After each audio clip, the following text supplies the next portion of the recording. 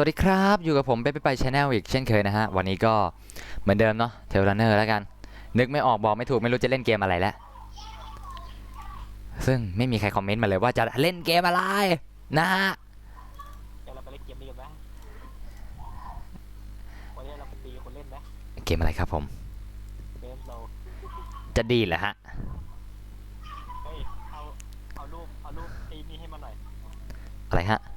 มันจะเอารูปนี้ออกยูทูบมันหน่อยรูปใครครับรูปอะไรฮะเอารูปเทลเนอร์เมื่อกี้เนี่ยรูปเทเลเนอร์เมื่อกี้อันไหนวะมีหลายอันเลยกันครับรบกวนส่งอีกมาแรกที่คนรูปแรกเนี่ยอันแรกๆแป๊บนึงนะถ้าผมย้อนไปนี่มันจะติดเรทนะครับ ไม่รูปที่คนอันแรกๆอะก็นั่นแหละครับมันโพสอันแรกๆมันต้องเลื่อนไปมันก็คือจะเห็นอันล่างๆหมดเลยครับมันจะไม่ติดเรทแล้วฮะ ทำวิธีอื่นเอาวิธีนี้ครับดูมันทำครับรูปล่าสุดครับดูมันทำดีนะเมื่อกี้เลื่อนไหวมองไม่เห็น รูปใหม่เราก็โอเคครับดีนะเมื่อกี้เลื่อนเราเลื่อนไหวมองไม่ทันแน่นอนนะดีครับผมดีครับเนาะดีครับเดี๋ยวมีเรื่องเกมอวตารสตาร์ของน้องอยู่ไหมไม่อยู่จ้ะ จะทำแบบข่าวอวตารตายใช่ใช่กลับบ้านก็เวลานี้กันแหละเนาะงั้นเรามาสู้ในเบสโลกันไหมไหนๆก็ไหนแล้วไปเล่นด้วยกันเลยอะไรฮะอยากจะเล่นด้วยเบสโลเบดแอนโซเหรอฮะเบดแอนโซผมก็คงจะไม่ได้เล่นเนาะนะฮะเรากลับมาเล่นสักหน่อยแล้วกันสักวันนี้เดี๋ยวสักวันไหน สักวันครับสักวันกลับมาแน่ฮะว่าวันนี้อุตส่าห์มีเวลาทั้ง4 ทีก็เลยจะมาเล่นเบสโซอ๋อเหรอฮะเลยชวนเล่นด้วยตอนแรกเนี่ยให้บัตรวันทูคอ50เอาไหมพี่เป้วันทูคอพี่จะทำอะไรได้วะก็ถ้าให้พี่ก็ได้ไอ้เจ้าหน้าด้านที่ไหนถ้าให้ก็รับไว้นะจ๊ะเนาะถ้าให้พี่เนาะพี่ก็รับไว้แหละเนาะ รับไว้ด้วยกันก็ต้องให้กูนะอันนี้ เนาะซึ่งพี่มีข่าวสารมาแจ้งนั่นก็คือวันเสาร์นี้เฮือฮ่าฮ่าและอาทิตย์นี้เฮือฮ่าฮ่าพี่จะแจกเฮือฮ่าฮ่าเอาไปเลยเฮือฮ่าฮ่าฮ่าฮ่าฮ่าทำไมทำฮ่าฮ่าครับเติมเทลได้เหมือนกันโอเคจ้าจัดมาพี่รับไว้นะแต่รบกวนส่งมาทางไลน์แล้วกันเนาะ ส่งมาทางไลน์แหละนะถ้าจะให้พี่ก็รับไว้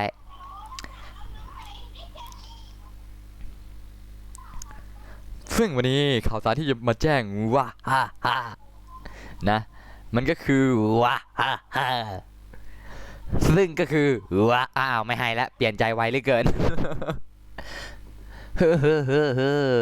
ทำไมเปลี่ยนใจไวเหลือเกินล่ะเฮ้อเฮ้อเฮ้อว่าอะไรเอ่ยลงนี่หน่อยดิอะไรอ่ะลงอะไรลงรั้วทำไมจะทำอะไรจะเอาการ์ดเหมือนกันเอาการ์ดใช่ลืมเลยวันนี้เรามีสปอนเซอร์ใจดีเขาให้นมผมมานะฮะนมรสเปรี้ยวนี่แหละต้นเหตุเลยเข้าห้องน้ำทั้งวันแล้วเนี่ย นี่เลยฮะใช่เหรอไปไหนฮะมีพี่ที่เขาเรียนอยู่ด้วยกันในเขาดรอปมาแล้วมาเรียนด้วยกันเขาให้มาซื้อมาจากไหนไม่รู้ยี่ห้ออะไรวะดีใจด้วยยี่ห้ออะไรไม่รู้อ่านไม่ออก ไลเชอร์แช่ไลเชอร์แช่นี่มันอะไรวะเนี่ยไลเชอร์แช่เนาะเอาละเนาะซึ่งเข้าเทลกันดีกว่า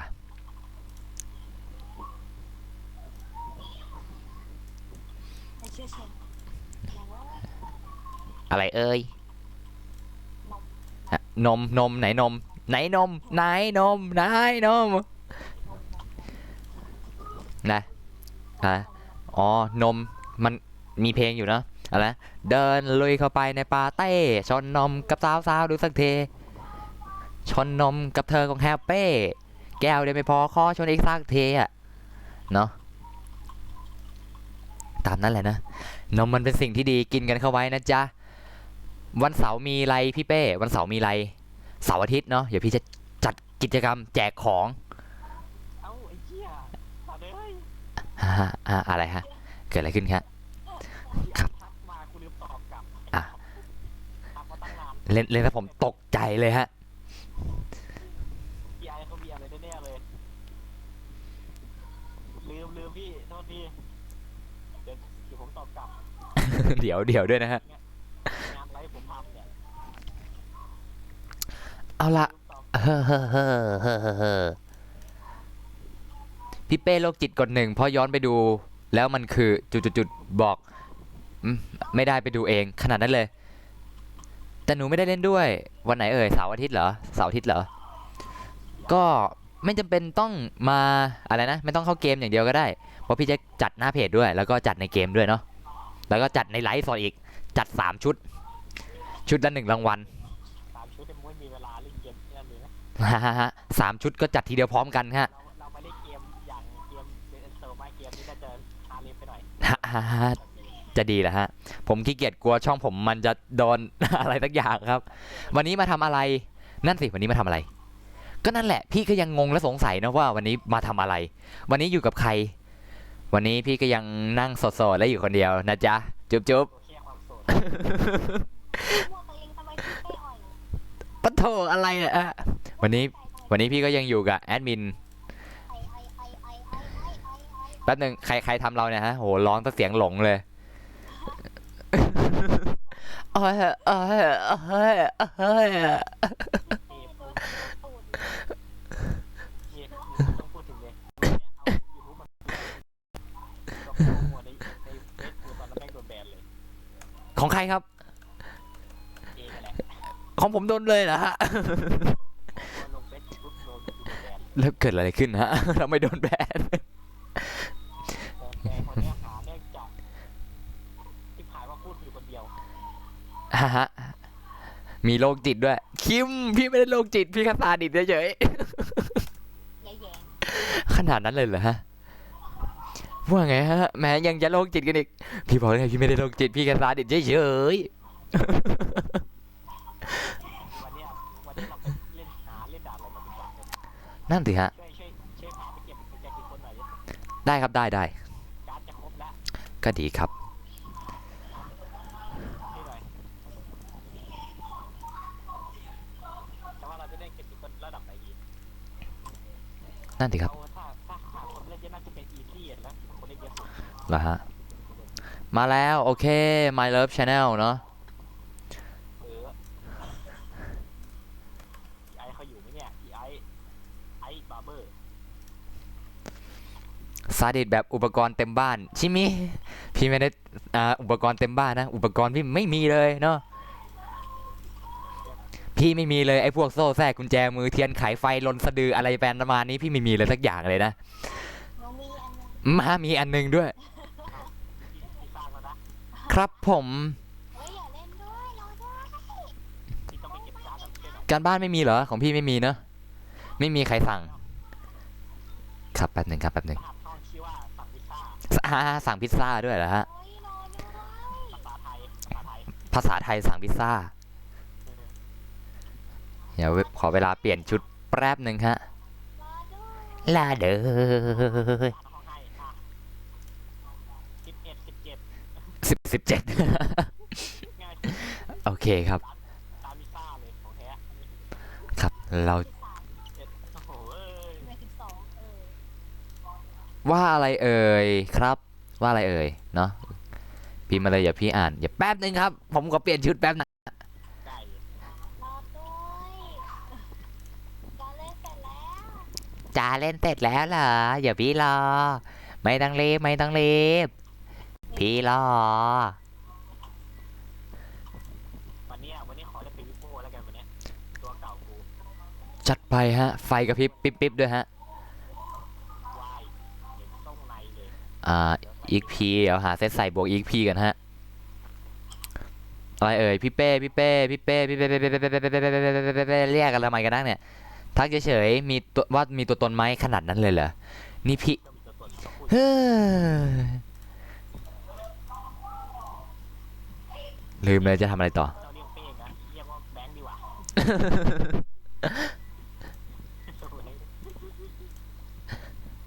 โอ้ย ทำไมชุดนี้มันบวกน้อยจังคราวก่อนผมใส่ชุดอะไรเนี่ย บวก ห้อง บว ชื่ ก ออะไร ไว้ เหรอห้องชื่ออะไรห้องชื่ออะไรอ่ะ นั่นนะชีห้อง ห้องระดับสูงระดับกลาง ระดับล่างระดับบน ระดับกลางๆเพราะมันไม่มีใครเล่นเยอะระดับสูงเนี่ยถึง7 4 คนเนี่ยก็เลยเอาระดับกลางแล้วชื่อห้องมันมีชื่อว่าง่ายๆเอง ไหน มี อ่ะ เพียงแค่เลข8ตัวเดียว อยากให้พี่เป้ใส่ชุดเมดแล้วมาสตรีม ขนาดนั้นเลย อยากให้พี่เป้ใส่ชุดเมด ไม่เคยใส่อยู่แล้วชุดนี้ ว่าอะไรอ่ะ คิดเนี่ย17 อยากให้พี่ใส่ชุดเมดแล้วมาสตรีมได้นะ ส่งชุดเมดมาบ้านชุดเมดมาบ้านพี่สิเดี๋ยวพี่จะใส่ให้เอาเปล่ายอมเลย จะซื้อยังไงวะไอ้สัตว์โอ้ย เป็นการหลอกเอาตังค์เด็กครับ หลอกเอาตังค์เด็ก เดี๋ยวจะหลอกเอาตังค์ แป๊บนึงมาเดี๋ยวมา ผมเป็นคนที่ว่าชั่วครับชั่ว ไม่ได้เลวครับผมชั่วครับ ช่วยจะมาเข้าห้องเถอะ ครับ พันข้าวเหนียวด้วยนะฮะ ได้ด้วยนะโอเค จัดไปกล้าให้พี่กล้าใส่ว่าอ้าว ไม่โดนบังละ เขามาอย่างเนี้ยไอ้สัตว์ไม่ใช่มาอีก ยังครับกำลังแต่งตัวให้มันดูเท่กันนะฮะ วันนี้จะใส่ชุดคุณครูสักหน่อยเนี่ย ทำไมวันนี้มันเปอร์เซ็นต์บวกน้อยกว่าพี่เป้ดำฮะ ตอบเป็นเจ้าเลยกูดำเป็นใคร ไม่มีใครได้ยินแน่นอนครับเพราะว่าผมปิดเสียงไว้นะฮะหรืออาจจะเปิดไว้แต่อาจจะได้ยินเบาๆนะฮะซึ่งอยู่ในหว่าหาไม่เจอ ตรงนี้มันหาชื่อเจออย่างนี้ เจอแล้วครับ วันนี้กูแบกอะไรมาเนี่ยอยู่ข้างหลังกูเนี่ย พี่เป้อยากตายปะใครถามมาเนี่ยใครว่าทำไมถามพี่อย่างเงี้ยพี่เป้เพิ่งมาโคตรดีใจก็ดีนะมาทันพี่ก็ยังดีนะจัดมาให้ไวใครได้เล่นกับพี่บ้างเนาะซึ่งวันนี้ คือเปิดห้องคือผมแหลกเลยอะฮะ เปิดห้องดอกเดียวเข้ากันเลยโอ้ยเปิดห้องดอกเดียวเข้ามาเลย ใครอยากให้พี่เป้ใส่ชุดเมดกด1ไม่อยากกด2เต็มที่เลยอยากให้พี่ใส่ไม่ใส่สวัสดีพี่เป้ดีจ้า อ้าวไอ้เหี้ยแบงค์ อะไรครับ ไอ้เหี้ยสีไม่ครบ ครับ นั่นน่ะสิฮะพี่เป้อย่าพูดดิจะกินขนมก็ไม่ได้กินงอนไปทำไมจะกินขนมไม่ได้กินใครอยากฆ่าพี่เป้กด1ใครอยากกดหัวพี่เป้ลงอะไรวะลงกับน้ำกด2ใครอยากตีหัวพี่เป้กด3ขนาดนั้นเลยน่าดีครับเนาะดีครับสวัสดีครับเนาะ กดสิให้ เหลือใครละฮะ ไม่รู้จักค่ะหรือรู้จักวะน่าจะรู้จักนะฮะ มาเนี่ยกดสิให้ แป๊บอะไรเนี่ยอย่าให้มันยิงโอ้ยยังไง เอา บอกเขาหน่อยดิ เดี๋ยวจะส่งชุดเมดไปให้ฮู้แล้วต้องใส่นะ ได้จ้ะ Sunning TV สวัสดีครับผม สวัสดีครับนะฮะ กดดิ อ้าวโบยบินไปแล้วนะฮะ2 คนด้วยนะฮะ ก็ใครเข้าทันก็มาเล่นด้วยกันได้นะฮะผม ซึ่งเข้าไม่ทันก็ goodbye นะฮะ ซึ่งเป็นห้องเปิดไว้ชื่อห้องเลข8นั่นเองพาสเวิร์ดไม่มีนะจ๊ะ กดสิจ๊ะให้ดูว่าโอ้โหทำไมกูตัวใหญ่อยู่คนเดียว นั่นเลยสิครับ นี่บวก EP ให้ 20%ด้วย ก็ดีครับผม บวกให้ทุกห้องเลยนะทุกคนแต่ทุกคนต้องจ่ายเงินมาด้วย ขนาดนั้นเลยเหรอฮะ ต้องมีจ่ายเงินด้วยนะฮะสำหรับค่าห้องนี้นะครับ ค่าเช่าห้องนี้อยู่ที่ราคาประมาณ1 บาทครับผม ไม่มีใคร เอากดผิดอัน เดี๋ยวไปเตรียมชุดเมดเอาเป็นเซตไว้แป๊บ โอ้โห เป็นเซตด้วยเหรอ จัดไปน้อง จัดมาให้พี่ก็รับได้ เฮ้ยชุดเมทถ้าเอาเกียรติเอสบวกเยอะนะเว้ย ฮะ เกียรติเอสบวกเยอะนะเว้ย ไม่สิครับ หมายถึงใส่ชุดเมดแล้วมาสตรีมครับ หมายถึงให้ผมใส่ครับ ไม่ใช่ในตัวละครเลยครับ ในสตรีมเนี่ยผมเคยไลฟ์อยู่เคยใส่ด้วย เหรอฮะ แต่พอดีผมกูยาวดีกูโดนจ้อยแหมเว้ยสาวๆเยอะเว้ยทีมฟ้าเนี่ยสาวๆก็เยอะใส่แม่งยศน้อยกว่ากูเลย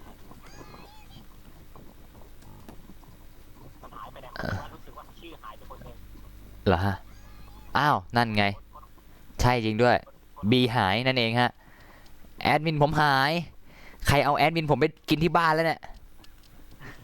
เอาไอ้เหี้ยเหยียบปุ่มไม่เป็นไรละเหยียบปุ่มก็ไม่ติดไอ้สัตว์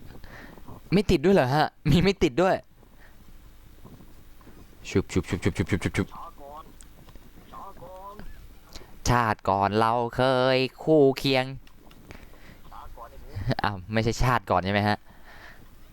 ช้าก่อน ชาติก่อนเราเคยคู่เคียงเก็บดอกไม้รวมต้น โอ้มีหลายคนเนี่ยเคยคอมเมนต์ที่ไว้อยู่นะครับ ว่าแล้ว ว่าให้พี่ใส่ชุดกีตาร์เล่นทุกอย่างเลย ใส่ชุดว่าอะไรเอ่ยได้ยินแล้ว ไฟดับไฟดับด้วยแหมสุดยอดจริงๆ ก็ว่าทำไมบีหายวะ ไฟดับปุ๊บแม่งหัว ก็ว่าทำไมบีหายจากเกมงงเลย มันดับปุ๊บไปเลยแม่วันนี้ทั้งเน็ตแต่ทั้งไฟดับ เนาะสรุปก็ หัวย้อนหัวร้อนเอาวีไม่คำว่าหัวร้อนเทลอีกแล้วหัวร้อนเขาบีบจะตายเลย บอกแล้ว มาตีฮอนกูไหม ตีฮอนได้ยังได้ไม่เป็น เหมือน ROV แหละ ตีเป็นมึงต้องตีฮอนด้วยดิ เอ้าหนูเล่นไม่เป็น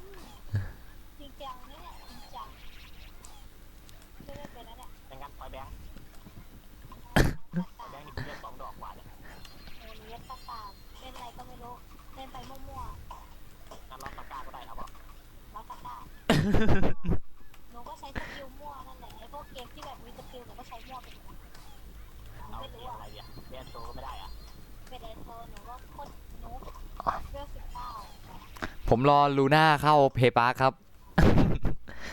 อุ้ยเฮ้ยรู้จักว่าใจแอมไอ้สัตว์ ไป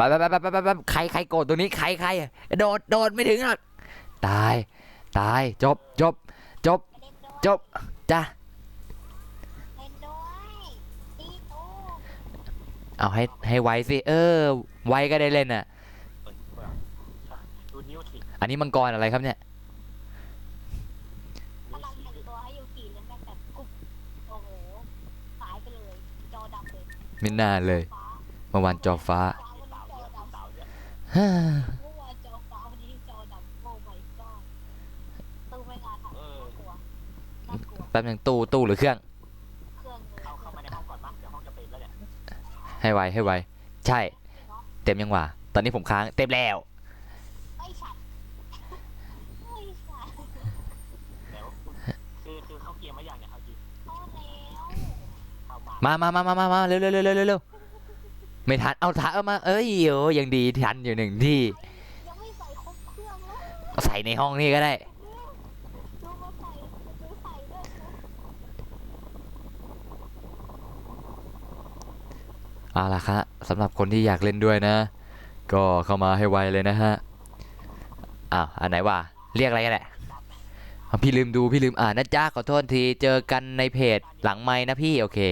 ย้ายมาหน่อยคนเดิม ทีมอะไรฮะ เมื่อกี้เนี่ยสีฟ้านี่มันหายไปคนเดิม อ๋ออันนี้ครบแล้วครับครบแล้วลูน่าคืออะไรลูน่าคือเกมเก็บเลเวลเนาะเป็นเกมแนวมุ้งมิ้งฟุ้งฟิ้งและน่ารักจุ๊บ เกมสุดยอดในตำนานความพยาบาลคน ผมจำได้เลยว่าลูน่าเป็นเกมแรกที่ผมเล่นจริงๆเลยอะ กันมาสู้กับพี่ไหมครับพี่เล่นด้วย ได้ครับผม มาดูกันว่าใครจะเก็บเร็วกันประเด็น อ้าวเลยเนี่ย ได้เลยฮะ เรามาเปรียบเทียบกันเรามาสู้กัน ผมต่อให้พี่เล่นเซิร์ฟแท้เลยครับเดี๋ยวผมจะเล่นเซิร์ฟเถื่อนโชว์ฮะ มาเลยเซิร์ฟแท้เยอะ เอาว่ะมีล็อกเฮลด้วยมีกิลล็อกเฮลด้วย ที่จับมาว่าผู้เล่นเกมคือกูอาร์พีจีมาจีเกียมาเนี่ย อ้าวล็อก ผมก็เล่นมาเยอะเหมือนกันนะฮะแต่ก็เบื่อไปเยอะครับ เรื่องกูเยอะภายในเวลาที่บ้านอีกเล่นได้ของมา อะไรวะเขียนอะไรกันวะ เว้ยอันนี้ไม่รู้จักอันเนี้ยไม่งั้นมันไล่มึงออกอ่ะ โอ้ยห่าล็อกเฮลปลอม ผมขอเป็นแทนนี่เป็นอะไรแทนวะอ้าวเหลือผมเหรอแล้วก็ไม่บอกไม่มีใครบอกผมเลยผมกำลังนั่งอ่านอยู่ ไอ้นี่ไม่รู้จักเด็กใหม่ด้วยไม่ใช่คนไม่ได้คนกูแน่นอน ผมขอเป็นแทน น้องคนนี้เขาแอดมินไปเองเอาแอดมินไปเองเนาะเอาแอดมินไปเองใครวะใครเอาแอดมินไปเองแอดมินเล่นอยู่จุด555ลูน่าคืออะไรดูอยู่10 คนแต่ไลค์1ค่า555พี่เป้บอกมีคนเล่นด้วยเลยเหรอจ๊ะพี่ผมขอเป็นคุมอะไร แอดอะไรบลาบลาบลาบลาซึ่งตอนเนี้ยแยกตาลำบากมากเลยเนี่ยต้องอ่านด้วยเนี่ยต้องเล่นด้วยต้องอ่านด้วย มึงเล่นก่อนเถอะมึงค่อยอ่าน ไม่ได้ครับ เดี๋ยวเราจะสตรีมก่อน ใช่ครับ มึงไม่อ่านเลย แต่ของผมว่าผู้หญิงล้วนๆเลยฮะงอนทั้งนั้นเลย กูทั้งการทั้งกินมึงไม่ยอมเห็นไม่สั่งไม่เห็นก่อนไม่ไหวกับกู เฮือโดนกระแทก กูยังแจกของเยอะด้วย พี่ผมขอเป็นคนคุมแอดนะคุมแอดทำไมวะทำไมต้องคุมแอด เป็นแอดคุมได้เหรอค่ะมัน ขนาดพี่ยังคุมแอดไม่ได้เลยพี่บอกเลยพี่ยังคุมแอดไม่ได้เลย แอดจะตบพี่อยู่เนี่ย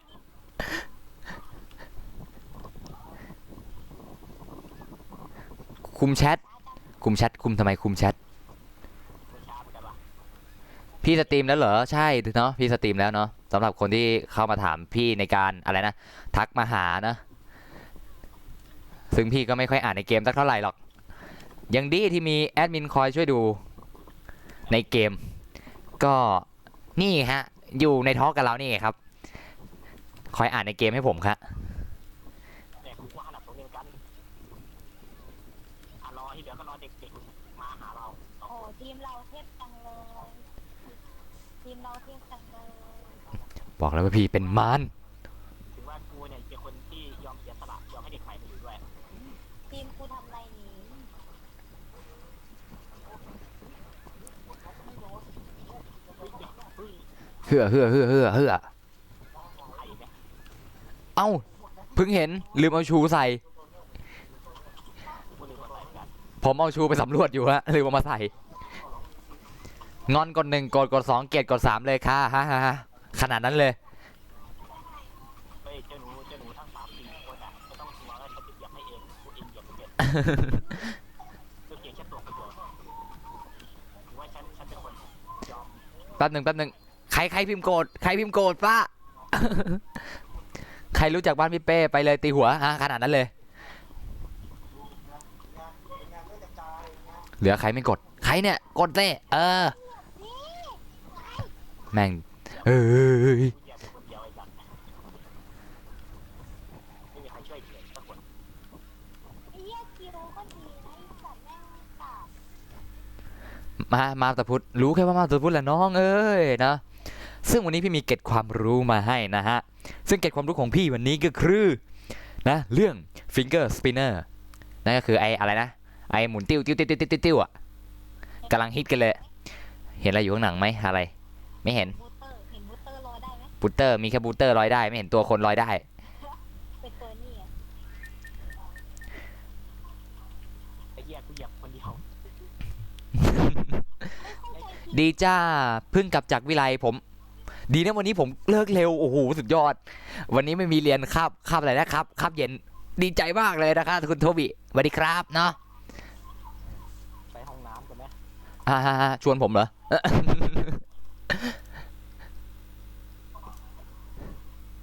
กดไม่เลย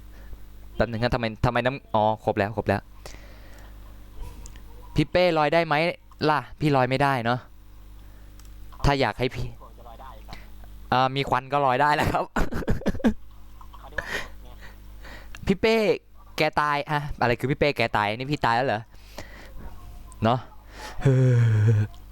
มึงจะมาชิคกี้พายมากเลยชิคกี้พายดูเกิน ใครทักกาลีน่ามาอีกใครเนี่ยใคร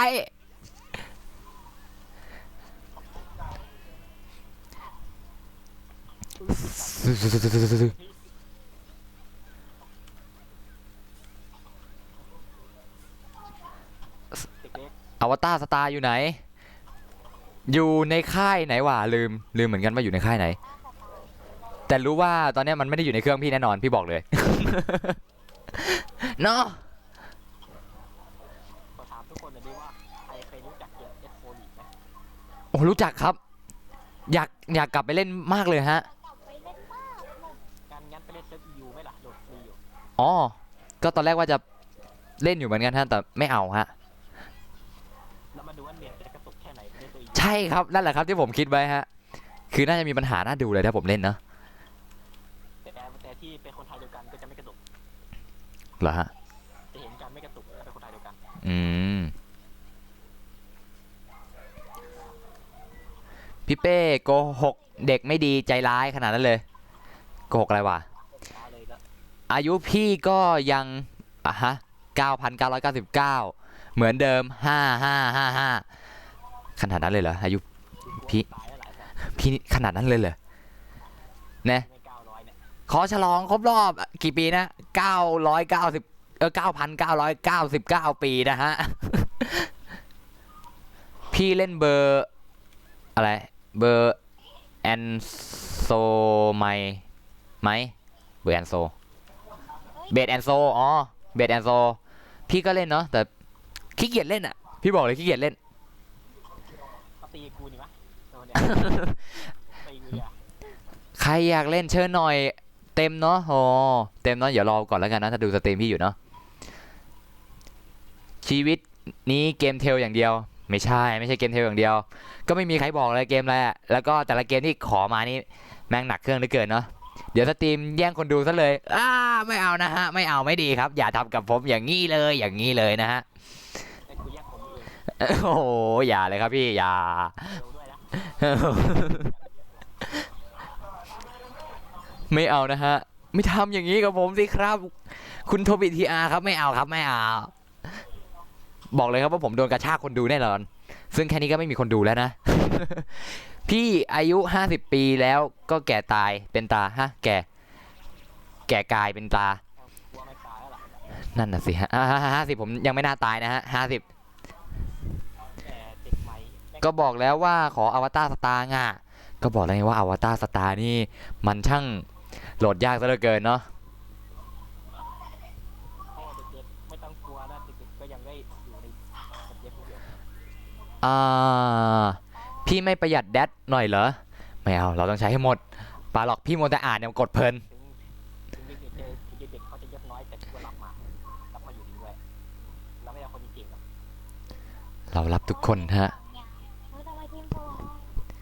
โดยเฉพาะอียศเนี่ย พี่เป็นลุงขนาดนั้นเลยพี่เป็นลุงหนูชอบเล่นแบบทีมพี่สุดฮะพี่สุดหรือที่สุดฮะ50พี่ยังไม่แก่ฮะทุยไม่ใช่ซะด้วยแหมนะซึ่งมาต่อกับอะไรนะเมื่อกี้ เราเก่งเรารู้ตัว ลืมเลยเมื่อกี้จะเล่าอะไรเก็บความรู้ให้ฟังนะเกี่ยวกับ finger spinner หรือที่เรียกว่าอะไรนะ hand spinner นั่นเองเนาะซึ่งตัวนี้มันเป็นอะไรนะไอเทมที่ว่าเราสามารถฝึกสมาธิได้ดีเนาะเขาบอกว่าฝึกสมาธิได้ดี กดเถอะ ครับผมครับ เหี้ยอะไรเนี่ย กินนิ้วพี่เป้เลยอ่ะแล้วแต่เลยนิ้วแย่ด้วยแย่เนาะ อย่าพูดจะไม่เคยชื่อไม่ให้ใครรู้อะ ครับผมครับผู้ไร้นามพี่เป้มาแววจ้าขายรหัสใครเอามั่งพี่ขายไอดีนี้เลยเอาไปเลยไม่ให้ไม่ขายแจกเลยเอาป่ะ แจกเลยไอดีนี้ใครเอาบ้างค้างเลย แล้วใครเอารหัสชวนบ้าง เอาครับ เอาครับ เอาครับไอดีหลักแสนครับลดราคาเหลือหลักหมื่นนะฮะเอาครับ แก้หลายบาท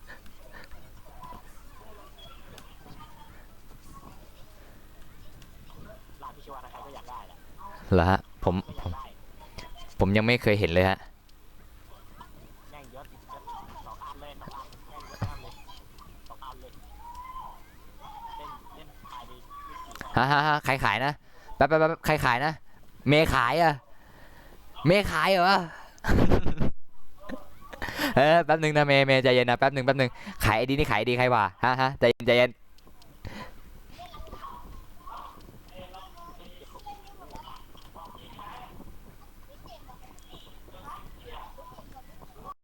เฮ้อ โอ้ยทีมทำอะไรเนี่ย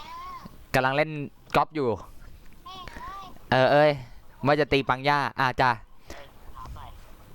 แม่ตัดสินมาช้ากูยังไม่บ่นเลย รหัสหนูน่ะใครเอาแจกโอ้ขนาดนั้นเลย กูยังไม่บ่นเลยเย้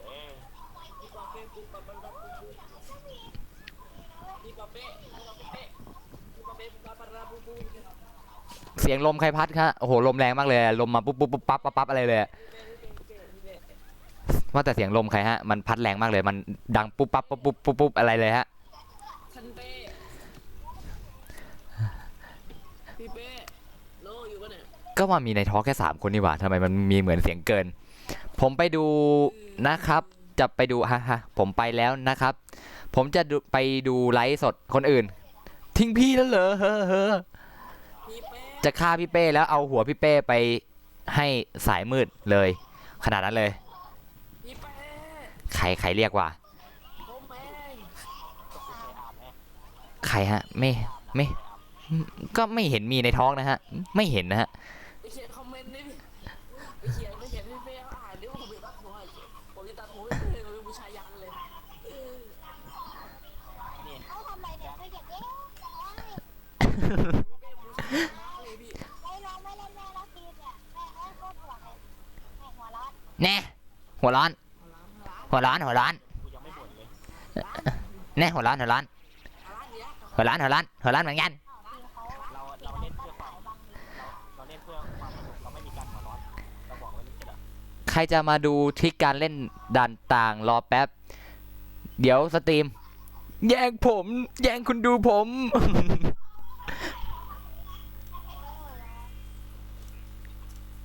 เอางี้ใครก็ได้ตักน้ำมาให้หน่อย ฮะตักน้ พี่จะเอาน้ำมาทำอะไรพี่ เอาก็เห็นว่ามันอากาศร้อนอ่ะก็จะเอามาให้ไง ำเอาสาดเลยใช่ไหมฮะ หัวร้อนฮะ เห็นไหม เดี๋ยวเดี๋ยวแม่ ไปยินหรือยังไปยินหรือยังตักน้ำให้หน่อยดิตักน้ำให้หน่อยดิเร็วๆแบ๊กตักให้พี่หน่อย ครับน้ำครับ น้ำไหนครับ ผมไม่มีน้ำครับ มีเพื่อนชื่อน้ำอยู่พี่เอาไหม นี่เป้ไปเล่นเดี่ยวกันเป้ จ๋า ไปเล่นเดี่ยว สวัสดีตอนเช้าครับแป๊บหนึ่งนะ สวัสดีตอนเช้านี่เพิ่งตื่นเหรอฮะ สวัสดีตอนเช้าเนี่ย ไอ้จัดเพิ่งตื่นแล้ว มาสวัสดีตอนเช้าผมงงเลย ใครจะฆ่าพี่เป้กด 1 ใครจะเชื่อพี่เป้กด 2แป๊บหนึ่งนั่นนี่มีแต่ฆ่าพี่เหรอ ดูที่กด3มาแล้วใครจะเอาหัวพี่เป้เป็นกด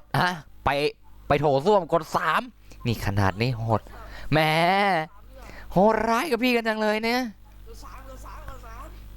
วมเลย ทุกคนกดสาม ซึ่งเกร็ดความรู้ของผมก็ยังพูดไม่จบสักที เกี่ยวกับอะไรนะครับ ดูนี่หน่อย ดูครับอะไรฮะให้ดูอะไรฮะ นี่เด็กคุยในไลน์เด็กเปิดกล้องมาดูให้ฟังเสียงดู ฟังเสียงอะไรปะ พูดเองเนี่ย ใครพูดอะไรฮะไม่เห็นเสียงเลยฮะ มันบ่นเยอะเหลือเกินมาได้ยินดิให้มันฟังในลำโพงให้ได้ยินเสียงใกล้โทรศัพท์ดิ จะให้ได้ยินเสียงผมใช่ไหมฮะเนาะสวัสดีครับคนที่เข้ามาดูใหม่นะฮะและยังไม่ได้รู้จักชื่อผมนะ ผมชื่อเป้นะครับเป็นเจ้าของช anel เป้ไปช anel นะฮะซึ่งชื่อเต็มๆของผมก็คือเป้ไปไหนก็ไปไกลๆได้ยิ่งดีนั่นก็คือชื่อเดียวกับช anel เนาะ เอ้า มัน ทำ บอก ไม ว่า ผมไม่ได้ของวะ มันบอกว่าไม่มีการหัวร้อนใช่ไหม อย่าบอกนะ ไม่มีครับ กิจกรรมวัดทามอ่ะมา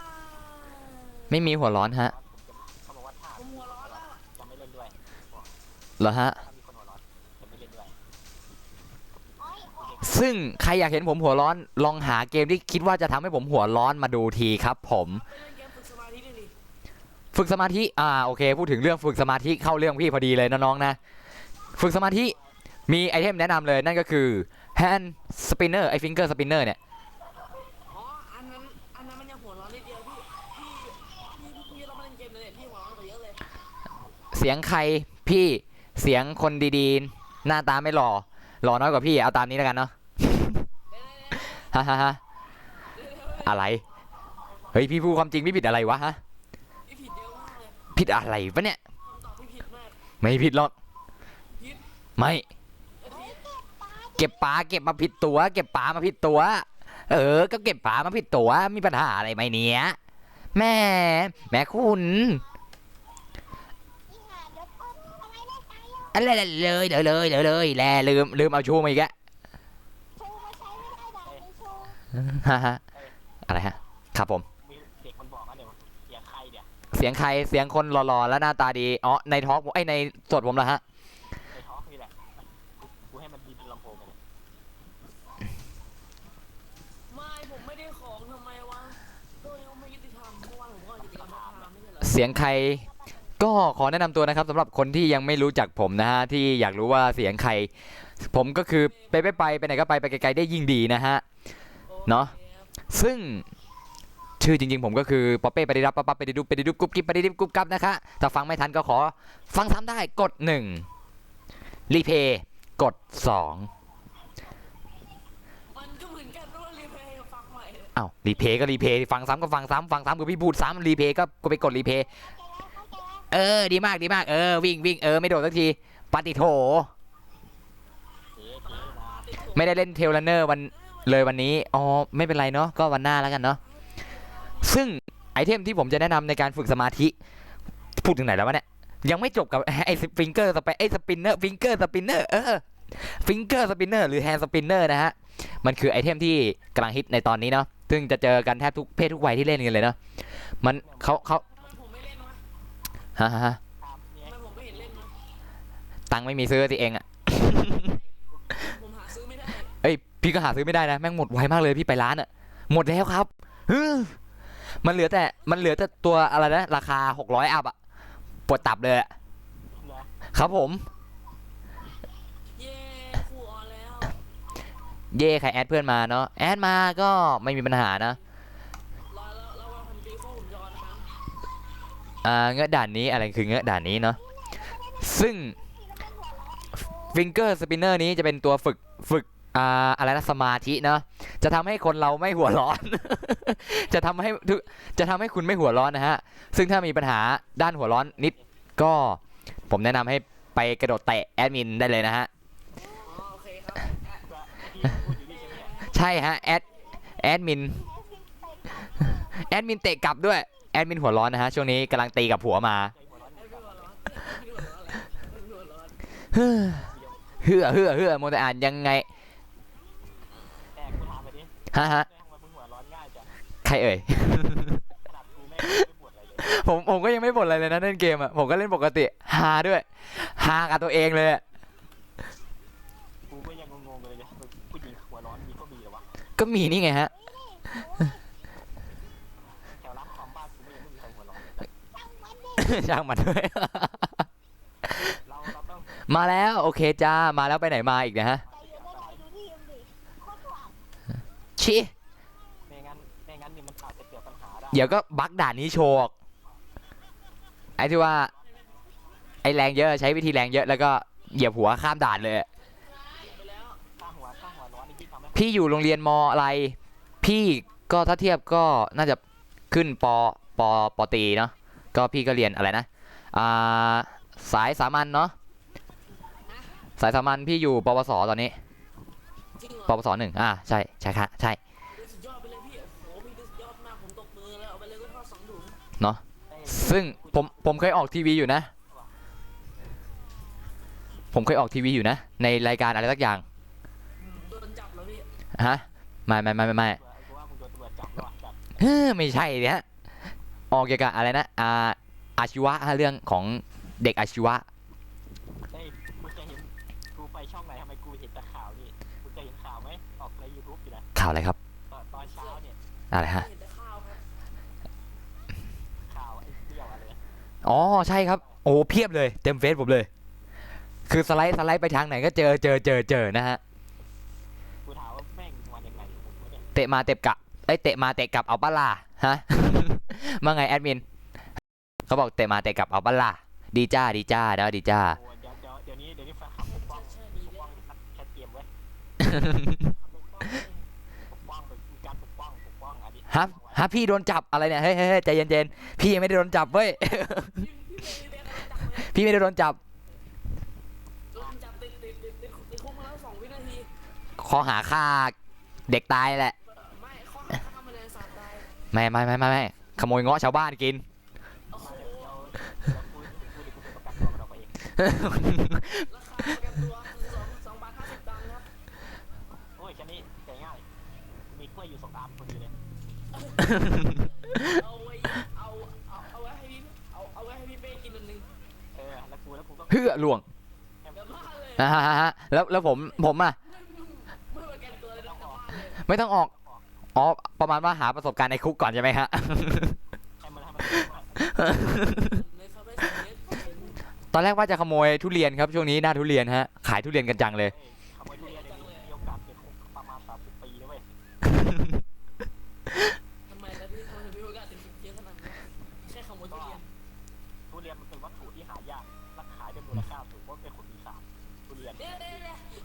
เป้เล่นพีบีปะพี่เล่นเนาะพีบีแต่ว่าก็นานๆไม่ใช่นานๆเล่นทีตอนนี้ก็เลิกเล่นแล้วเนาะขี้เกียจเล่น แล้วเหรอครับ อ่า โอ้ขี้เกียจเล่นด้วยนะ ขี้เกียจเล่นโปรเยอะก็เลยไม่เล่น กูก็ขี้เกียจเล่นเหมือนกัน ผมอะไรวะเขียนว่าอะไรวะแป๊บหนึ่งผมรู้พี่โดนจับเรื่องในพี่หื่นเกือบโดนเลยโดนจับพี่หื่นเกินเลยโดนจับขนาดนั้นเลย อ๋อ พี่หื่นเกินเลยโดนจับ เฮ้ยพี่เป้เป็นคนอย่างนี้เหรอเนี่ย เฮ้ยพี่ไม่ได้หื่นพี่ซาดิสเฉย แน่ใจๆ แน่ใจอะผมจำได้ว่าเมื่อวานนี้พี่เป้ได้ปีนเข้าบ้านคนนึงแต่พี่ เฮ้ยผิดหลังแล้วพี่ไม่ได้ปีนพี่เปิดประตูเข้าไปเลย นี่ไงโอ้ โอ้ โห โหโคตรเถื่อน อืมพี่สะเดอกกรเข้าไป นะสะเดอกเพราะว่า กร อ๋อก่อนแล้ว ฮะ แล้วเป็นก่อน8หรือก่อน15ครับ นี่ดูอาร์ม เข้าไปเล่นไอดีผมให้มั่งได้ไหมอ๋อได้ครับได้ ได้ครับ ได้ครับได้ แล้วก็หายไปเลยใช่ไหม ได้ครับได้เข้าท้องมาสิฮะเข้าท้องมาสิฮะเข้าท้องมาเลยฮะ เนาะ สำหรับอะไรนะสำหรับสปอนเซอร์ผู้สนับสนุนใจดีของผมนั่นเองนะฮะเข้าท้องมาได้เลยครับไม่ต้องห่วงครับ เขาใจดี อี นะ โรคจิตขนาดนั้นเลย พี่เป้ว่าอะไรเอ่ย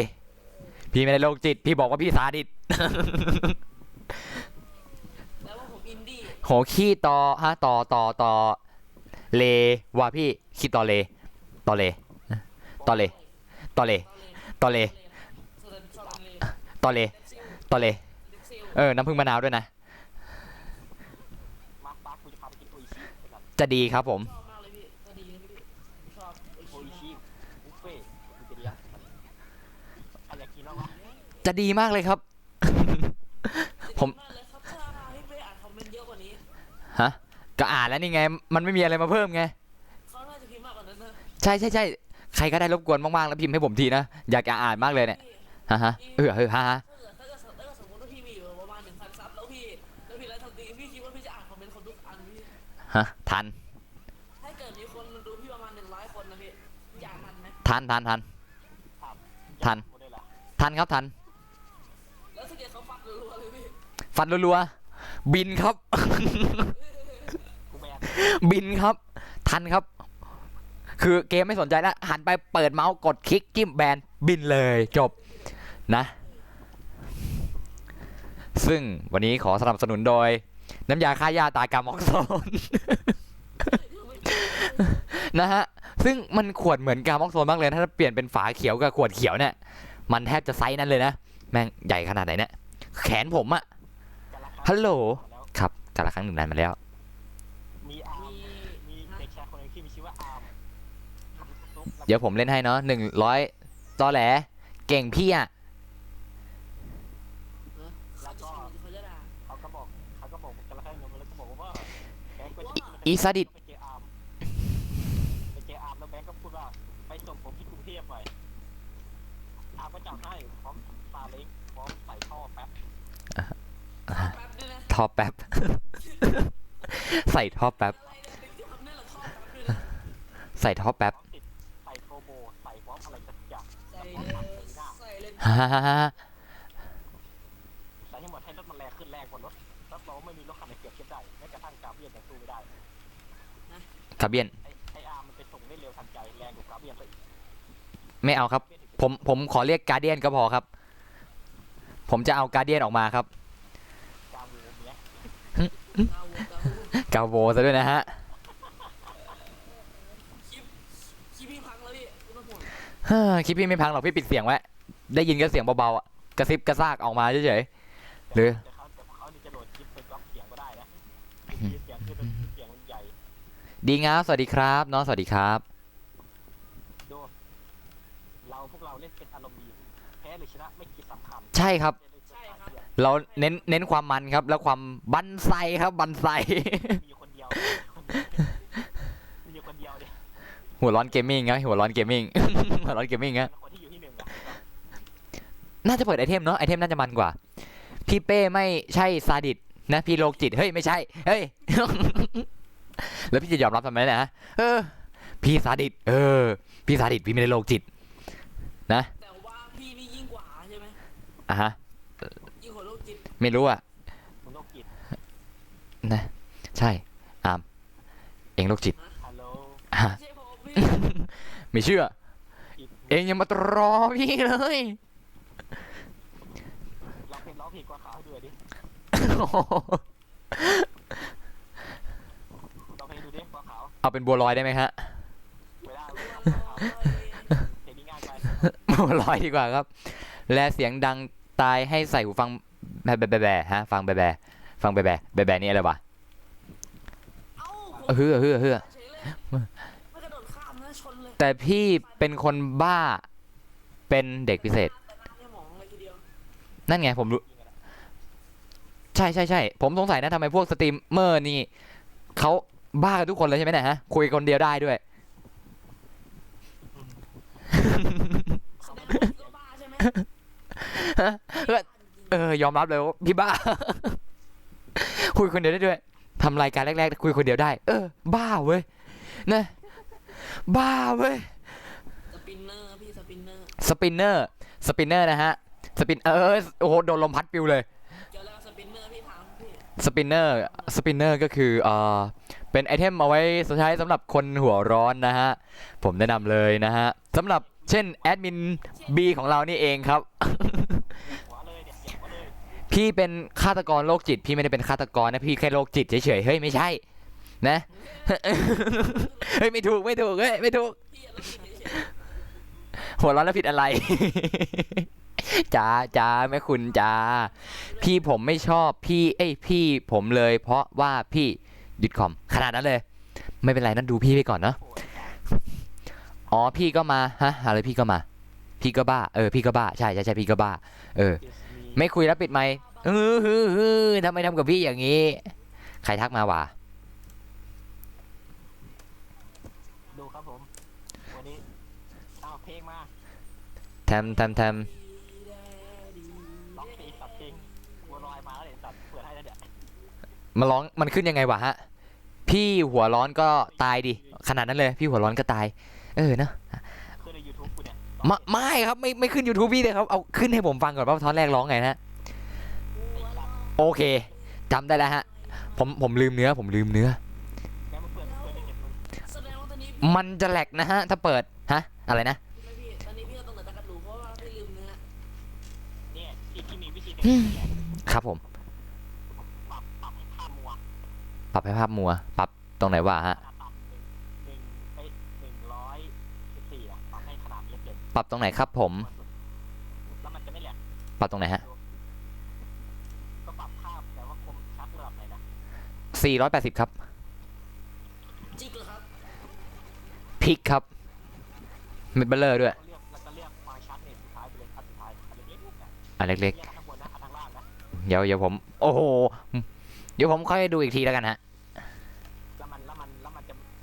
ก็จะได้ลดอ่อนมันเครื่องมันจะไม่ค่อยกระตุก ครับ โอ้เป็นอะไรที่อเมซอนมากเลยครับ ก็ดีพี่เป้ขอเพลงกอด ก็ ร้องไงวะขึ้นเนื้อให้พี่หน่อยขึ้นเนื้อให้พี่หน่อย ลองดิ เอาขึ้นเนื้อพอนะ ลองให้เป็นพี่ลอง ขึ้นเนื้อพอนะเดี๋ยวไฟพี่จุดเอง ครึ่งเนื้อพอนะเอาเนื้อมาให้พี่เป้ด้วยนะ เฮ้อ ลืมเนื้อ พี่ไม่ลืมเนื้อหรอกนะเดี๋ยวหาเด็ดเอาก็ได้เนื้อ เนื้อใครพี่ เฮ้ยเนื้ออะไรล่ะ เดี๋ยวเพลงความรักต้องมีให้เกี่ยวกัน เย่ตัวไล่กันนะ พี่เป้ผมอยากส่งของให้พี่เป้แต่อะไรวะเดี๋ยวแป๊บนึงเดี๋ยวพี่จบอันนี้เดี๋ยวพี่ออกไปอ่านเนาะซึ่งเราก็จะมานะฮะอยู่มุมไหนวะมุมนี้มั้งเนาะน่าจะมุมนี้เช็คมุมก่อนเช็คมุมประมาณไหนประมาณนี้เนาะค่ะ พี่กับพี่ชวานที่เกมหนึ่งได้ พี่โฟครับตอนนี้คือแบบมีความอยากได้โค้ดมากเลย มาพร้อมคำตอบหรอคำตอบนี้อะไรวะมันจะเป็นงี้คำว่ารักรู้ดี พัฒนาโดย ยังคงไม่พอ ตีกัน พี่เป้ร้องเพลงของดีเจโซดาหน่อยแป๊บนึงนะแล้วเพลงมันร้องยังไงอะบอกพี่มาสิ เขาร้องเพลงด้วยเหรอวะผมไม่รู้ แทแดแดแดแดแดแดแดม ดีเจโซดาคือไม่เห็นร้องเลยสัตว์ นั่นสิฮะเดี๋ยวผมนั่งอ่านอันนี้ก่อนนะฮะ แต่แดมแต่แดม เอ้าผมตายอย่างรวดเร็วทำไมวะพี่เป้ พี่เป้ผมอยากส่งของให้แต่ตังค์เหลือ126ไม่ส่งไม่เป็นไร ใช่ไหมพี่ไม่เป็นไรครับ ไม่เป็นไรเนาะไม่เป็นไร ไม่เป็นไร ไม่เป็นไร พี่เป้เขา ไปหาตังค์มา นี่พี่ไม่ได้ว่านะไปหาตังค์มาโว้ย นะ ไม่ได้ว่า ไม่ได้ว่า พี่ไม่ได้ว่านะ สวัสดีครับ สวัสดีครับผมสวัสดีครับเนาะออโต้คุงสวัสดีครับ สวัสดีครับสวัสดีครับสวัสดีครับ สวัสดีครับสวัสดีครับสวัสดีครับสวัสดีครับสวัสดีครับสวัสดีครับสวัสดีครับแจกแป๊บนึงอะไรอะกำแจกอะไรวะนี่คืออะไรอะโค้ดเหรอแจกโค้ดเหรอ โค้ดอะไรอะ อะไรกัน เคครับโอเคเนาะ สวัสดีครับเราเคยอยู่ แล้วเอามาใส่อะไรตรงนี้ฮะไอ้น้องอย่ามาใส่ในนี้สิคอนโทรล C ก่อนก๊อปไปก่อน แล้วก็ลบออกเต็มหน้าจอลบออกอยู่ไหนวะพี่จะเอาโค้ดไปใช้เองคนเดียวลบสิลบ มีคนเอาไป นั่นสิฮะลบสิจะแหลกตรงนี้สิลบรีพอร์ตรีมูฟรีมูฟรีมูฟ แล้วมันมีคนเอาไปทำแล้วล่ะ รีมูฟ ป่านี้เพิ่งทำแล้วมันเอาไปก่อน มีจริงฮะฮึฮ่าฮ่า แล้วถ้าเกิดมันจริงขึ้นมาพี่ เขียนว่าอะไรบ้า พี่เป้จะเศร้าไหม พี่เป้เมย์เป็นใครเมย์เป็นใคร ใครว่ามี ฮะไม่รู้จักคนชื่อเมย์รู้จักแต่คนชื่อฮะรู้จักฮะเมย์ก็เป็นแอดมินไงทำไม คืออะไรไม่รู้ มีไหลไฟแรงเปอร์ ถามผมแล้วผมถามผมควรจะถามใครดีแม่ครับทำไหม ย้อนได้พี่ผมชั่วขนาดนั้นเลยเองนี่ชั่วมาก แต่เองไม่รู้หรอกว่าที่พี่หยุดวิ่งเพราะอะไร ทำไมผมชั่วร้าย พี่ไม่ได้ชั่ว พี่บอกแล้วพี่แค่เลวเฉย มันก็ไม่ต่างกันหรอก ๆเฮ้ยใช่หรือเปล่า เราต่างกันสิพี่นี่แม่งระดับมาสเตอร์เลยนะน้อง เยอะ ฮะ มักกะพี่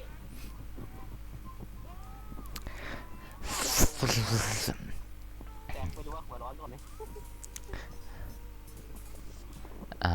ฮะ ฮะอะไรใครหัวร้อน ใครหัวร้าน ไอ้หลาน ลืมบอกโค้ดมั่วกระโดดแตะสักทีดีไหมเนี่ยไอเราอุตส่าห์เข้าเว็บเรียบร้อยแล้ว มีการหัวร้อนนะ แหแม่คุณ เดี๋ยวก่อนแมทแป๊บหนึงระวังเครื่องข้างๆโดดตบนะ เครื่องข้างๆอ่ะ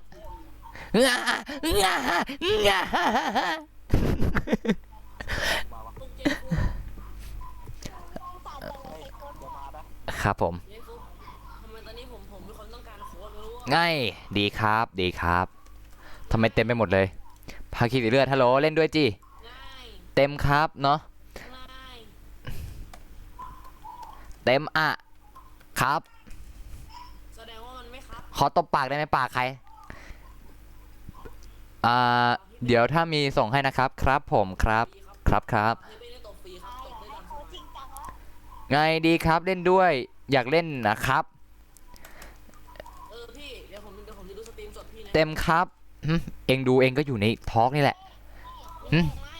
พี่เป้ห้องเล่นไม่ได้ก็บอกว่าเต็มไงเต็มฮะว่าจ๋า มีไอ้นั่นปะอะไรอะเว็บ เว็บโปะ เว็บโป๊ะหนูรู้อยู่แล้วแต่ไอ้เว็บตัวนั้น เลือดออกผมไม่ทนเว็บไอ้นั่นมันคือเว็บอะไรมาเร็วใครมาทันมาได้เล่นเร็วเหลือ2 ทีเท่านั้นไว้เร็วหน่อยดิเร็วหน่อยไว้เร็วหน่อยแม่เย็ดห้อง30 คนรอแบบแล้วเยี่ยมไปได้ห้อง30 คนว่าแต่เว็บอะไรวะ เว็บอะไรวะเว็บซื้อของอะไรที่ว่ามันแลกอะไรอะเติมแล้วมันจะมีพอยต์ให้แลกอะ อ๋อมันมีอยู่อะไรวะ เว็บว่าหนูขอหน่อยดิ รู้แต่พี่สตรีมอยู่ไม่ให้ ไปขอลงไปขอเจ๊ฟุกดิเจ๊ฟุกผมโชว์วอนอยู่อะ อันนี้มัน ไม่ถึงเว็บ รู้อันนั้นรู้พี่รู้ คือหนูจำ ก็ ไว้ ใช่ไง ที่อยู่เลย ก็ลงโชว์วอนก็ขายโค้ดไงก็บอกให้เราไปคุยกับเจ๊ฟุก ลงมาปุ่มเอาไอ้นั่นอะไรเอาเว็บมาอย่างเดียวหนูจะไปแลกโค้ดหนูไม่รู้ว่าหนูมีพอยต์อยู่ในนั้นเท่าไหร่หนูเคยเติมไปอยู่ น่าสนุกจังเลยนะครับเนี่ยโอ้ตบมือครับตบมือทุกคนช่วยกันตบมือเมื่อนั้นฉัน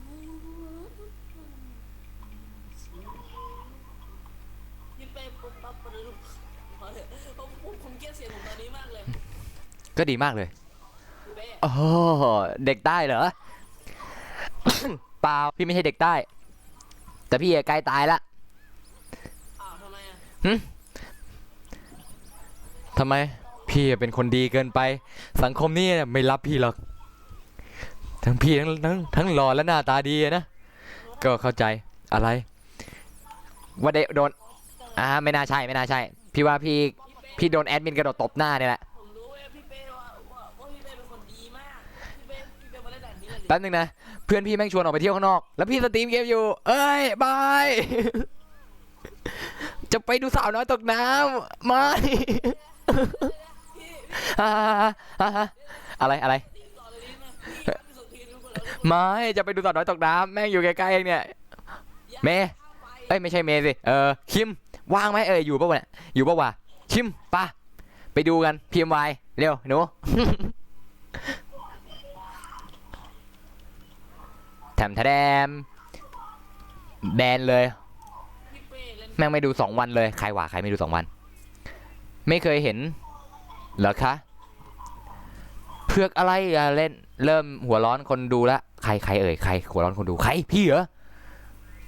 วายแดนไม่ติดใครวะแดนไม่ติดพี่เหรอ พี่เป้ครับ ฮะ รู้เลยว่าถ้าเกิดพี่เป้มาพรุ่งนี้มันควรแล้วเข้าหอ ฮ่าว่า 10 คนเปล่า พี่เป้ ใช่ต้องไปเล่น30 คนแล้วเพราะว่าเมื่อกี้ทักมาเยอะเหมือนกันฮ่าทักอะทีละคนสิป้า เชื่อผมหน่อยเลยพี่ ช่วยอะไร รู้ว่าพี่เป็นคนดีไหม เฮ้ยพี่รู้เองช่วยตัวเองได้ อ้าวมีคนเชิญละตามมา มีคนเชิญละตามพี่มา ว้ายแย่งซีนเหรอวะ แย่งชีน เอ๊ะ แย่งชีนแย่งคลีน เราชอบมันเผามากกว่าขนาดนั้นเลย แย่งคลีน อะไรใครอยากกินแป๊บนึงใครอยากกินอะไรวะ พี่สะอาดพี่ ฮะ ซีนพี่ งีเงางีงางีหยา งอนนะ เดี๋ยวก็ชนะแล้ว เดี๋ยวเองก็ชนะแล้วชนะทำไมมันมีหัวเอาหัวมันมีหัวที่ไหนไม่มี เนี่ยมันมีหัวซุปเปอร์ พี่ไม่เห็นน่ะทำไมพี่ไม่เห็นวะ มีตัวเอ็นอยู่ข้างบน พี่ไม่เห็นวะ ตาหัว ไม่เห็นจริงๆไม่มีจริงๆดูในสตรีมพี่แบบดูสิ การตาหนึ่งก่อนแล้วกันนะขอโทษแล้วกันขอ แล้ว ยืม พี่ ตา ติดชื่อตัวละครไว้เราไม่ได้เห็นไหม นั่นน่ะสิ โอ้ไว้แก้หัวร้อนกับพี่เป้โอ้ ฮัลโหล เรียนนะครับ นะครับนะอยากไปเที่ยวพีมวายยังเลย ใครก็ได้เป็นไปเป็นเพื่อนพี่หน่อย พี่จะไปดูสาวน้อยตกน้ำ เพื่อนพี่มันชวนไปดูสาวน้อยตกน้ำ บาเกอยากไป พี่ ไม่ต้องไปบาร์เกย์หรอกมาพี่นี่มาบ้านพี่เลยมา ไอยพี่เป้ ฮ่าฮ่าฮ่า เดี๋ยวพี่ไปเดี๋ยวพี่ไปดูไม่ใช่เดี๋ยวดูแล แบะแบะแบะแบะแบะแบะแบะแบะแบะแบะ รอบผมรอบนี้ลิ้นพันละ อ่า เรียบ เดี๋ยวพี่ไปดูพี่บีตกน้ำเลย อันนี้ เดี๋ยว ว้าวอย่ามาแกล้งกันดิทำไมไม่คนอื่นแกล้งเรา เดี๋ยวพี่ไปดูพี่บีตกน้ำแทนแล้วกันนะ ไม่ดูอ่ะ หายเจอ ไปดู ไม่ดูอ่ะมีอะไรให้ดูป่ะเรามีอะไรให้พี่ดูป่ะน่ะ มีอะไรให้พี่ดูป่ะน่ะ อย่างน้อยหนูก็ยังเป็นผู้หญิงด้วย แล้วไงบุ้ย เท่าไหร่อ่ะ แล้วไงอ่ะ น้องใหญ่ไปก็ยามมาล่ะ นั่นแน่แน่ฉลาดแล้วเราเนี่ยยังไม่ได้พูดถึงเรื่องนมเลย อย่าพูดนะ ใช่ พี่พูดถึงส่วนสูง โอ้ย อะไรอะไรเนี่ยพี่พูดถึงแค่ส่วนสูงเองนะเฮ้ยอะไรเนี่ย ตอนนี้นะทุกคนตอนนี้พี่บีเขากำลังรู้สึกเจ็บใจนะ พี่เป้ดูพี่เป้ดูให้หน่อยว่าพี่เมย์ออนไหมพี่ดูไงเนี่ยพี่เล่นเกมอยู่ ถ้าถามว่าในเกมออนไหมไม่ออนเนาะ เดี๋ยวเราถามว่าในชีวิต จริงหรือไม่จริง จริงไม่อยากให้พูดคำหยาบมากนะมานะใช่โนแม่พูดคำหยาบมาก ใช่ โอ้โห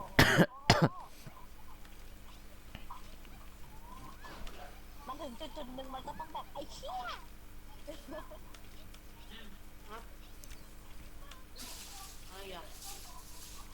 อะไรแล้วดูได้ทำไมอะไรวะ โ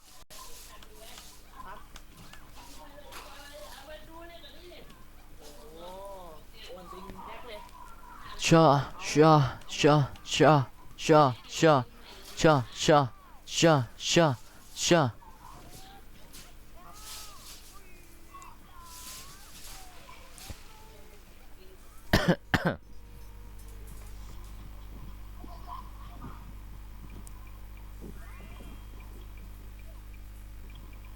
ที่หนึ่งด้วยนะเอาได้มาเลยวีที่หนึ่ง แม่งเอ้ยจะไปดูสาวน้อยตกน้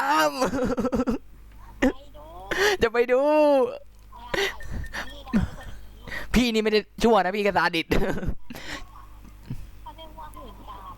จริง ๆ เราซาดิสมากกว่าพี่เป้ขนาดนั้นเลยเหรอเราเนี่ยฮะ เฮ้ยเขา บางครั้งนะ มีบางครั้งนะอ้าวอาร์มเองก็บินจากหัวห้องไปซะ เฮ้ยเอาหัวมาขอการ์ดพบได้ไหมไม่ได้ไม่ให้ไปเก็บรอบๆนู่นไปเก็บรอบๆไปเชี่ยว มีการไล่เกิดขึ้น เดี๋ยวเก็บรอบ เอาแล้ว ปาร์ตี้เหรอใครชวนเข้าปาร์ตี้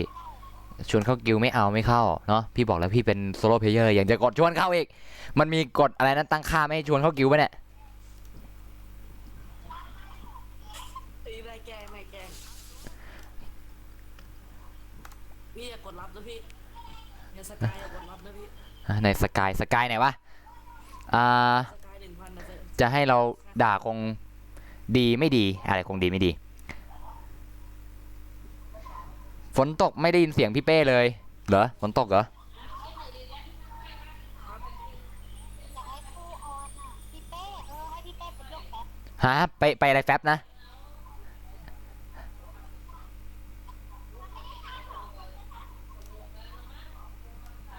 พี่เป้ ฮะ ใหม่เป็นลูก อ่ะแล้วค่าเป็นลูกอะพี่ได้ค่าอะไรบ้างเนี่ย เปโล แล้วถ้า โดเนท จัดเลยกดให้ไว กดให้ไวเลย ไม่ถ้าไม่พูดถึงอะถ้ามีหนูก็ให้ ก็ดี ตอนนี้คือพี่จะดูเครื่องไหนก่อนดีนะฮะหูฟังก็ฟังทอล์กตาก็ดูไลฟ์สดแล้วก็คุยแชทในโทรศัพท์อีกทีเนี่ย ห้องโปรโดนแย่งแล้วโอ้ยโอ้ย เนาะรบกวนคนที่เข้ามาไม่พูดคำหยาบด้วยนะฮะเนาะรบกวนสักนิดนะฮะพักลบเล่นเกมปั๊บตามสบายเราเลยเนาะพี่ไม่ได้ว่ากันหรอก กลับบ้านไปจะเล่นอาวีกับแม่ แล้วยังไงล่ะน้องจ๋าเล่นเอาวีแล้วไงเอาวีแล้วไงเลยเล่นไปแล้วหัวร้อนเนี่ยเล่นกาแฟไม่เป็นไร ไม่เชื่อหรอกเดี๋ยวเราก็หัวร้อนอยู่ดีกันแหล้วพี่ไม่เชื่อหรอกว่าเราจะไม่หัวร้อนได้นะดูยังไงเราก็น่าจะหัวร้อนเป็นที่สุดทางไหนวะทางไหนวะทางไหนวะทางนี้แล้วก็ทางไหนทางนี้มาเฮือ ในที่เป้วะจะชน ขนาดนั้นเลย เจอแล้วอยู่ข้างล่า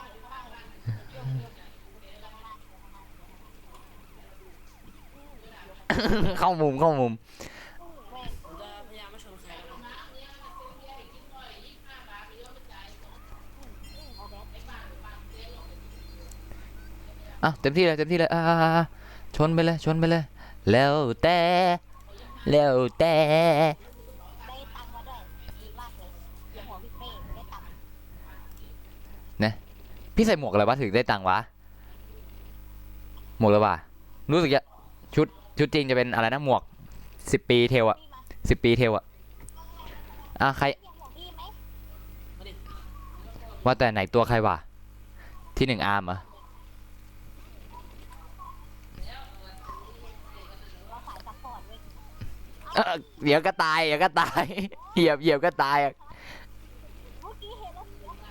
แหมตายมานี่ฮาด้วยนะเนี่ย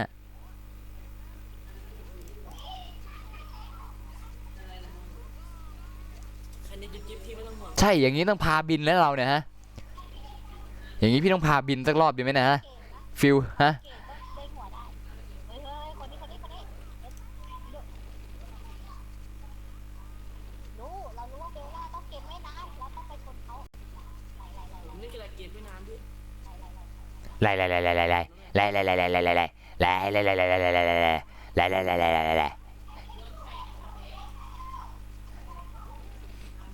จบซะชีวิตเรานะ ครับ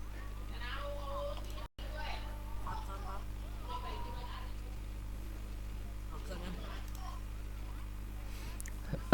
ตายไปซะตายสักที แป๊บนึงทำไมมีเกาะพรีเมียมวะเกิดอะไรขึ้นเมื่อกี้ทำไมเป็นขึ้นเกาะพรีเมียมเกาะพรีเมียมนี่มันแตกต่างจากเกาะธรรมดายังไงวะในเรื่องผมพิมพ์บันทีสิแม่ไม่น่าเลยนะจะวิ่งไปตายซะแล้วเมื่อกี้ ตาย เอ้าใครตายนี่ ก็คนนั่นแหละนี่นั่นนี้นะนี่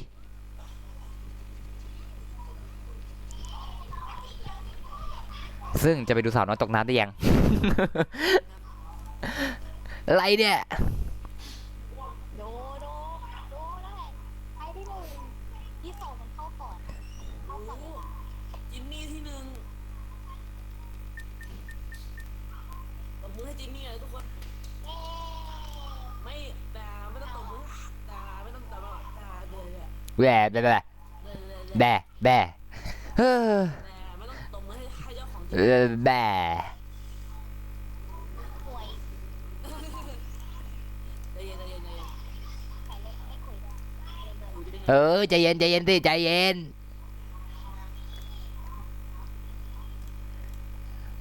นี่เก็บกล่องมาโดยเฉพาะเอามาเปิดวันนี้เล่นเลยให้เต็มที่เลยนะ แล้วก็ไม่ได้อะไรกลับไปใช่ไหม ใช่ฮ่า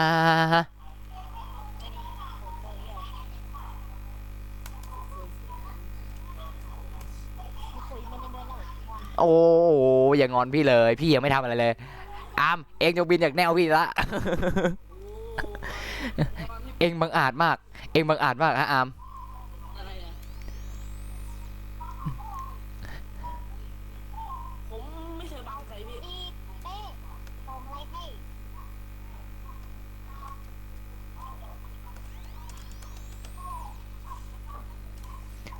ส่งอะไรวะอะไรเอ่ย ดู โอ้ thank you thank you thank you เหมือนมันเหมือนชิ้นคุ้นๆเลยแป๊บหนึ่งเช็คก่อนทำไมมันเหมือนชิ้นคุ้นๆเลย คุณทำไมมันคุ้นมาแป๊บหนึ่งถ้าอยู่ในตัวนี่ไม่เอานะไม่เอาอยู่ในตัวนะไม่ดีนะโอ้รอดตายไม่มี thank you ได้แล้วหนึ่งชิ้น พี่รอด้วยนะ เส้นอะไรเล่นตรงไหนเนี่ยเล่นตรงสวนสนุกนะเล่นตรงสวนสนุก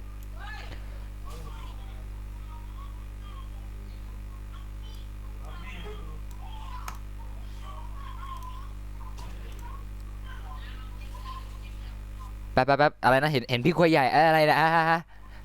เห็นตอนไหนวะนะฮะเห็นตอนไหนเนี่ยอะไรนะเห็นตอนไหนเป็นไง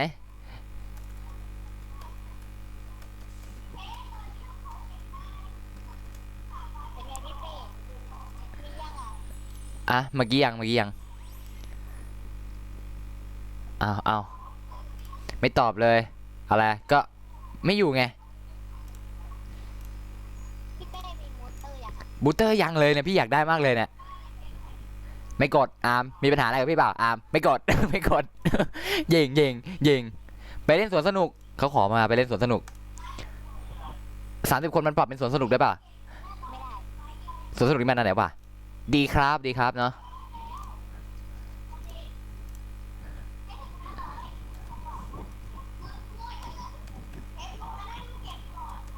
พี่ก็ใส่โบต้าดิวสะสมใหม่ เอ้ามากี่บูสเตอร์เหรอ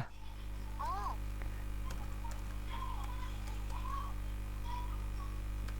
รอรอบหน้าแล้วกันเดี๋ยวใส่พี่เพิ่งรู้เลยเมื่อกี้บูสเตอร์โห thank you ก็เมื่อกี้บูสเตอร์อ่ะเห็นพี่บอกอยากได้ ไม่รู้พี่นึกว่าไอ้นี่รองเท้าติดไอ้นี่ติดที่ติดรองเท้า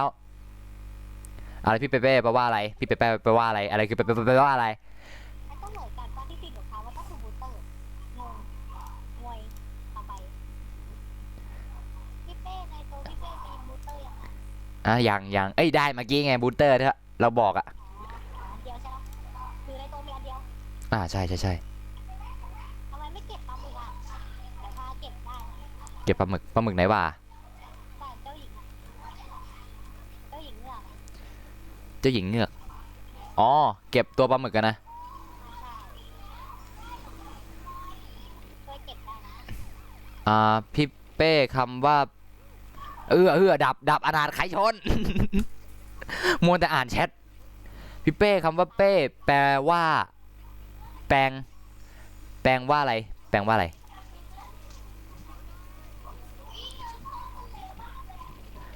พี่ชื่อพี่เป้ไม่ใช่พี่ชื่ออะไรนะ นะพี่ชื่อพี่เป้ชื่อเต็มๆพี่เหมือนชาแนลนะเป้ไปนะชื่อเต็มๆพี่ก็คือเป้ไปไหนก็ไปไกลๆได้ยิ่งดีนะส่วนถ้าจะเรียกพี่ให้แนะนำว่าให้เรียกชื่อปอเป้ปฏิดับปั๊บปฏิดุปฏิดุกุ๊บกิ๊บปฏิดุกุ๊บกับนะพี่จะจำง่ายกว่า นะ อ้าวแล้วอาร์มหายไปไหนอะเงียบเลย อาร์มบอยบินไปแล้วเหรออาร์มก็ยังไม่บินขอโทษนะพี่ลืมส่งของให้ไม่เป็นไรครับไม่เป็นไรหรอกเนาะไม่เป็นไรไม่ต้องส่งก็ได้เนาะหรือถ้าอยากส่งก็ส่งมาได้ไม่เป็นไรเนาะนะฮะ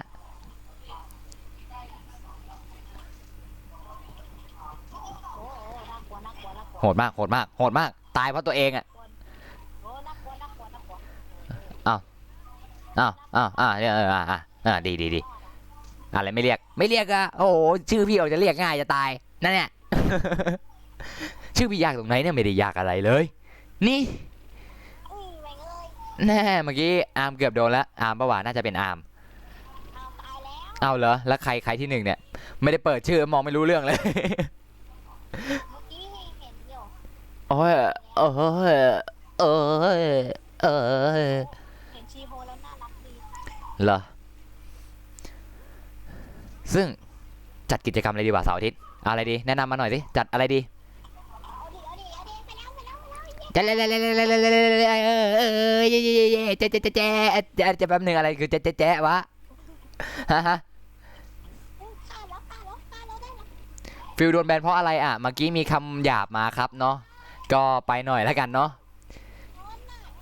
โดนที่สามเลยที่สามเลยตายละฟิวครับใครคือฟิวครับ พี่เป้ผมลบเพื่อนพี่ไปแล้วส่งของพี่ไม่ได้ก็แล้วแต่นะเพิ่มมาใหม่สิ ไม่งอนเหรอเขาแล้วเพื่อนเลยนะเอาไป แอดมินทุกคนชื่อในเกมอะไรจะได้เรียกถูกพี่แจกกี่บาทอะนั่นน่ะสิก็มีเท่าไหร่เดี๋ยวค่อยว่ากันอีกทีนะเดี๋ยวพี่ต้องเช็คตังค์ในกระเป๋าอีกทีแล้วกันนะ เขาถามชื่อในเกมว่า ถามชื่อในเกมเดี๋ยวก๊อปในแชทตัวเองเป็น ก๊อปในแชท ต้องก๊อปในแชทด้วยฮ่าอะไรนะอะไรเมื่อกี้เหมือนมีนอนหนูตามหลัง พี่เป้ ฮ่าเปิดชื่อตัวละครดิ ไม่เอา ไม่อ่ะเสียง พี่ดูที่ไหน พี่เป้ไปเรียกสวนสนุกก่อน ไปดิไปสวนสนุกก็ได้แป๊บนึงพี่ค้างเงี้ยค้างได้แต่ขออย่างเดียวอย่าหลุดแป๊บนึงบอกแป๊บนึงไม่ฟังไงฟลาเนี่ย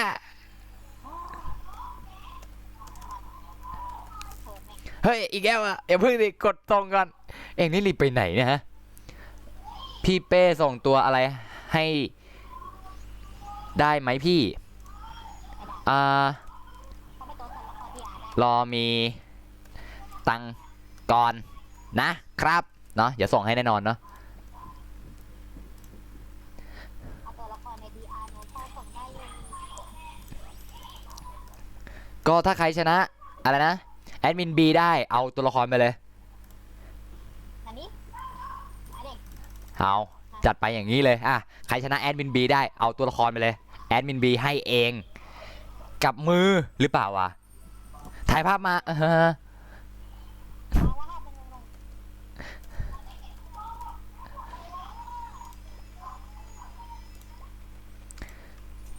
อะไรวะ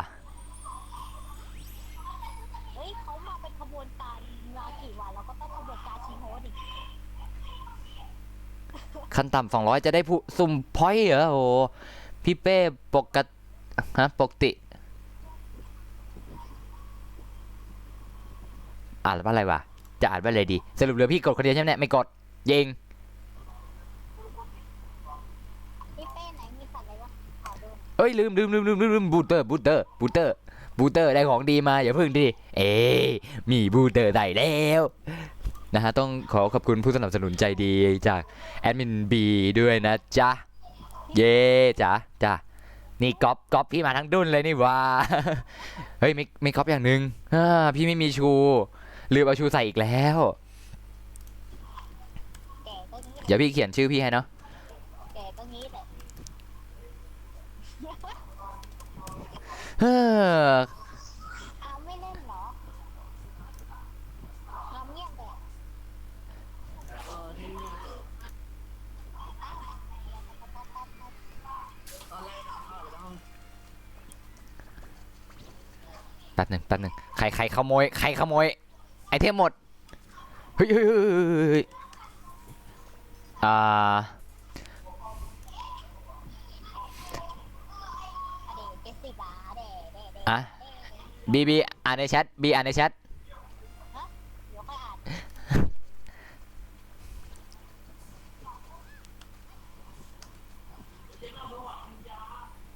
ชุบแปะพอดีจ้านี่ ไหน อ่านสิ อะไร ฮะ เกมมาเวลไปลากปิดแจ้งเตือนไปลากมาดูหน่อยเผื่อซิลอะไรชื่อเต็มๆแล้วขอชื่อเต็มๆงง ชื่อเต็มอ่ะชื่อขอชื่อเต็มชื่อเต็มชื่อพี่เหรอก็ชื่อไปไหนก็ไปไกลๆได้ยิ่งดีไงเฮ้ยไม่ถึงโอ้โหจบเลย ไม่เป็นไรยังไงก็ ชี ไม่มีใครชนะได้ หรืออีกชื่อเหรออีกชื่อพี่ชื่ออะไรนะปอเป้ปฏิรับปั๊บปฏิรุปกุ๊บกิ๊บปฏิริบกุ๊บกับนะ อืม เต็มอีกอะที่ไม่โคตรยาวหายาว ยาวมาหายาวนี่ยาวไม่พออีกเหรอ ใช่ ถ้ามันยาวกว่าชื่อพี่มันน่าจะเป็นของพี่แล้วมั้งน่ะ ของอุ้งฟุ๊กฟุ๊ก แขนน่ะแขนไม่เอาชื่อนั้นสิชู อ๋อนี่ชื่อนั้น เขียนในแชทฮ่าชื่อยาวจังเลยเนอะ ชื่อผมไม่ได้ยาวนะผมก็แค่ชื่อป๊อปเป้ปฏิรับปั๊บปฏิรุปกุ๊บกิ๊บปฏิริบกุ๊บครับเองครับผมเนาะชื่อไม่ได้ยาวเลยฮ่าว่า คนแปลภาพปะ ฟูมิทัลอัลคิมิสไม่รู้จักไม่เคยดู เออรู้จักชื่อเฉยๆทำไม มันมีตัวละครมันชื่อโคตรยาว ชื่ออะไรวะตัวไหนเอ้าแล้วชื่ออะไรอ่ะเอ้าเราจะไปรู้ด้วยเนี่ยตอนไหนล่ะบอกพี่บันตี รักคู่แฝด เกือบรู้แล้วนะ เดี๋ยวให้เหยียบหัวเลย เฮ้ยดีไม่โดดเฮ้ยอ้าวล่วง เดี๋ยวอ่ะจิ๊บเฮ้ยเราต้องแก้คนเฮ้ยด่านี้ชมได้นะ พี่อ่านอะไรวะพี่กำลังอ่านอยู่เลยดีนะเตือนพี่เนี่ยอ้าวล่วงกันหมดเฮ้ยอ้าวล่วง ล่วงกันได้พี่เป้อ่านของผมหน่อยที่ส่งไปเดี๋ยวอ่านเนาะแบนตูไปทีละบาย เมื่อกี้เกือบล่วงอ่ะ ทุกคนโชคดีนะฟิลบ๊ายบายใครรู้บ้างว่าเราชื่ออะไรวะชื่ออะไรวะเหรอพี่เพิ่งรู้เนี่ยว่าเราชื่ออะไรวะ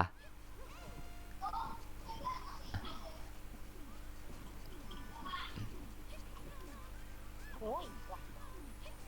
อยู่คนเดียวปลอดภัยกว่าเยอะ พี่เปิดกล่องเฮนรี่ที่ลืมโดดมัวแต่อ่าน พี่เปิดกล่องเฮนรี่ที่3สิพี่มีไหมเนาะเดี๋ยวถ้าพี่มีเดี๋ยวพี่เปิดแล้วกันเนาะที่เขียนยาวๆอันไหนวะเดี๋ยวพี่อ่านเนาะแล้วทำไมตัวพี่ยังวิ่งอยู่วะ ใช่เหรอ แบนกันจังอะไรเพิ่งแบนนะอะไรเนี่ยทำไมเก่งจังเลย จำชื่อตัวเองไม่ได้55ด้วยแหม พี่เป้ เรียกทำไมเรายังไม่ตอบพี่อีก ทำให้ผมถึงมีเหรียญปีโลน้อยอ่ะ จะไปรู้กับเราไหมเนี่ย รู้ไหมเนี่ย แป๊บต้องเปิดอันไหนก่อนเนี่ย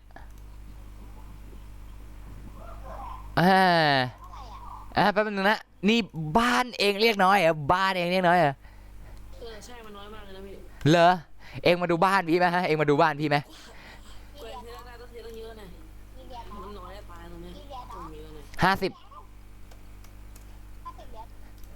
น้อยตาย ใครส่งของมา เห็นไหม ส่งเลยไหมเนี่ยอ้าว ลองพูดดูกันน้อยจะตาย นี่คือมันน้อย พี่เป้ผมให้แต่ถ้าพี่มีตังค์ซื้อชิโฮมิโฮให้หน่อยนะโอเคพี่จะจำไว้เนาะ อันนี้อะไรวะสวนสนุกนี่เนอะเนี่ยสวนสนุกนี่เนอะ แล้วก็จะได้30คนต่อ เฮ้ยใครแอดมาวะ ปกติ เอาเหลือพี่เหรออีกแล้วเหรอ ไว้ก่อนแน่ไอ้นาย พี่ที่อะไรบ้านผมทะเลาะกันเหรอให้พี่ช่วยอะไรล่ะให้พี่ช่วยคลายทุกข์หรืออะไรเอ่ยพี่เป้บอกแอดมา1-1กับผมถ้าแอดแพ้แอดซื้อมิโฮะให้ผมถ้าผมแพ้แอดก็ต้องซื้อมิโฮะให้ผมอืม เอาได้หมดอ่ะอ่ะถ้าสรุปคือเองจะแพ้หรือเองชนะเองก็ต้องซื้อมิโฮะให้เขาอะ เอาเหรอ เออ รู้เรื่องอะไรไหมเนี่ยอะ อ๋อไม่รู้ อะไรเนี่ย ไม่รู้สิ อ้าวแป๊บหนึ่งตัวพี่อยู่ไหนวะน่ะ มองไม่เห็นตัวเอง แข่งต้องให้ได้ คือ ไม่พี่จะบอกว่าเองกับพี่นี่ตัวละครเหมือนกันแล้วเล่นพี่งงแล้วเนี่ย เว้ยหนูก๊อปได้ทุกคนนะหนูมีชื่อทุกคนอยู่เอาดิหนูมีชื่อของทุกคนอ่ะ บอบบี้นะครับพี่เป้ไม่มีอะไรเหรอไม่มีอะไรเหรออะไรคือไม่มีอะไร เอาเปล่าหนูท้าเลยใครชนะหนูจะหนูส่งให้โฮมแบบพรีเมียมให้500อ่าอ่ะผมว่ากินนารีดีกว่าเขาบอกกินนารีดีกว่า กินนาทีก็ได้อะไรก็ได้อ่ะเดี๋ยวส่งเป็นแพ็คพรีเมียมให้เลย อ้าว น่าลอง อีกแล้วอะไรเนี่ย พี่เป้ ฮะ พี่เป้มาลองดีเป้ ลองอะเฮ้ยไม่เอาอะไม่เอาอะไม่เอาอะเดี๋ยวเรารอดีกว่าเรารอ รออะไรพี่รอ ฮะ รออะไร รอคลาง โอ้ยตอนนึงนะตามที่ตกลงกันไว้นะฮะอามนะเองต้องมายุ่งกับพี่ด้วยนะ ไม่เกี่ยวอะไรเลยเกี่ยวอะไรเลย เอ้ยเองเกี่ยวเองก็บอกแล้วเองเป็นผู้สมรู้ร่วมคิด อะไรอ่ะพี่เป้ เขาต้องซื้อให้ผมขนาดนั้นเลยพี่เป้มีไข่มีใครไหมมีใครไหมพี่ยังโสดจ้ะพี่ยังโสดเอ้าลืมอีกแล้วอะไรเนี่ย มัวแต่อ่านลืมดูอีกอะเออมัวแต่อ่านอย่าชวนคุยสิอย่าชวนคุยไอ้ถ้าวิ่งธรรมดาไม่เท่าไหร่หรอกมันวิ่งตรงๆแล้วมันพอจำได้ไงอันนี้พี่ยังจำไม่ได้เลยว่าต้องวิ่งไปทางไหนเนี่ย แต่หนูจำได้อะ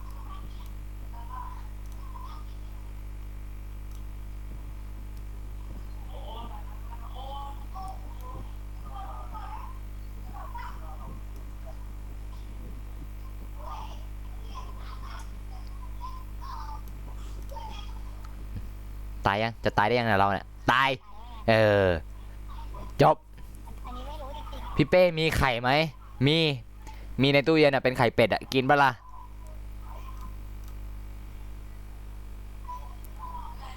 โหได้พอยต์ตั้ง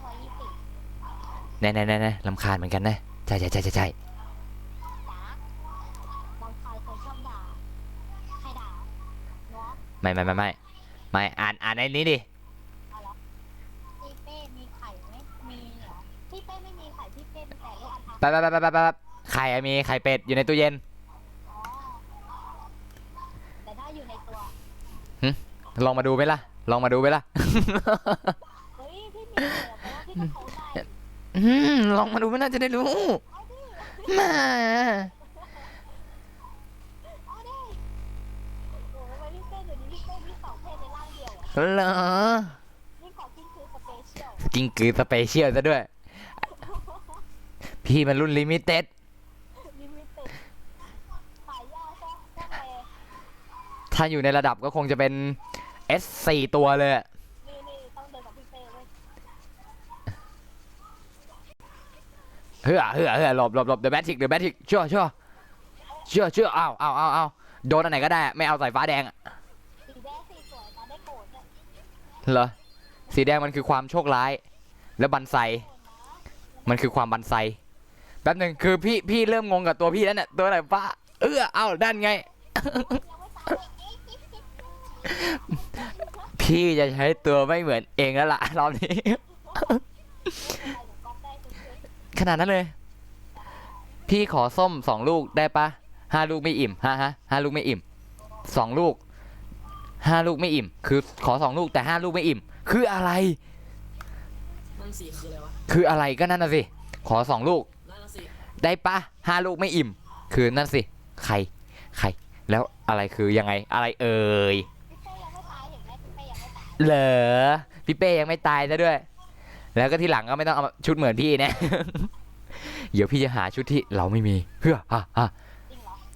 ต้องหาให้ได้ ต้องหาให้ได้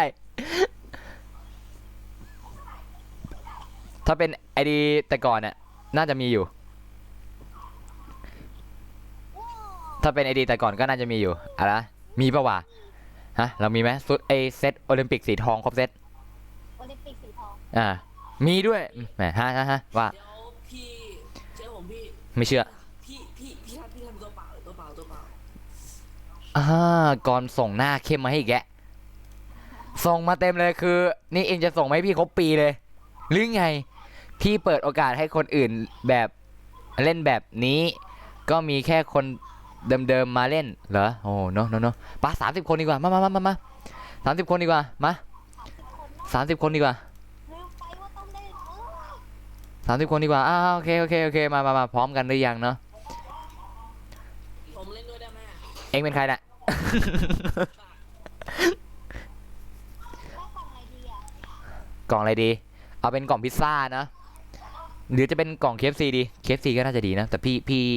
พี่ก็อยากกิน KFC อ่ะ เอาเบอร์เกอร์แล้วกันนะเบอร์เกอร์ เอาเป็นเบอร์เกอร์ไก่นะ โอเค เฮ้อ ใครอย่างหนูตั้งห้องให้ สั่งห้องให้ จัดไป จัดมานะรอแป๊บหนึ่ง ขี้เกียจพิมพ์อย่างนี้มัน อีอะไรวะ อะไรอีครับ ใครอีมา อีถึงกับงงเลย มาอีองอีทะเดนทัน ชุดไหน แทนแป๊บหนึ่งค้าง จะเปลี่ยนอย่าเพิ่งเปลี่ยนชุดเลยตอนนี้เปลี่ยนค้าง อะไรนะเป็นชุดไหน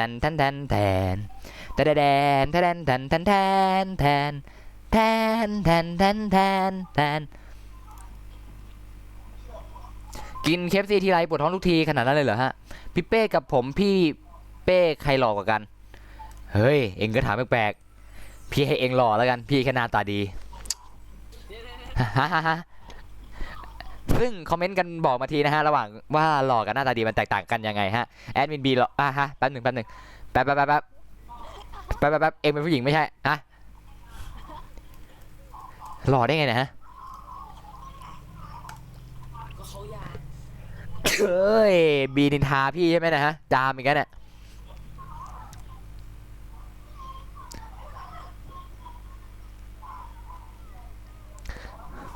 หนู2 เพศในร่างเดียวนี่โหดมากลืมทักสิทักสิ ไหนจะเปลี่ยนชุดอะไรรอเปลี่ยนตาม เราเปลี่ยนตามใช่ไหมใช่เลยโดนใจใช่เลยปวดกระบาลนี่เลยเอ้ย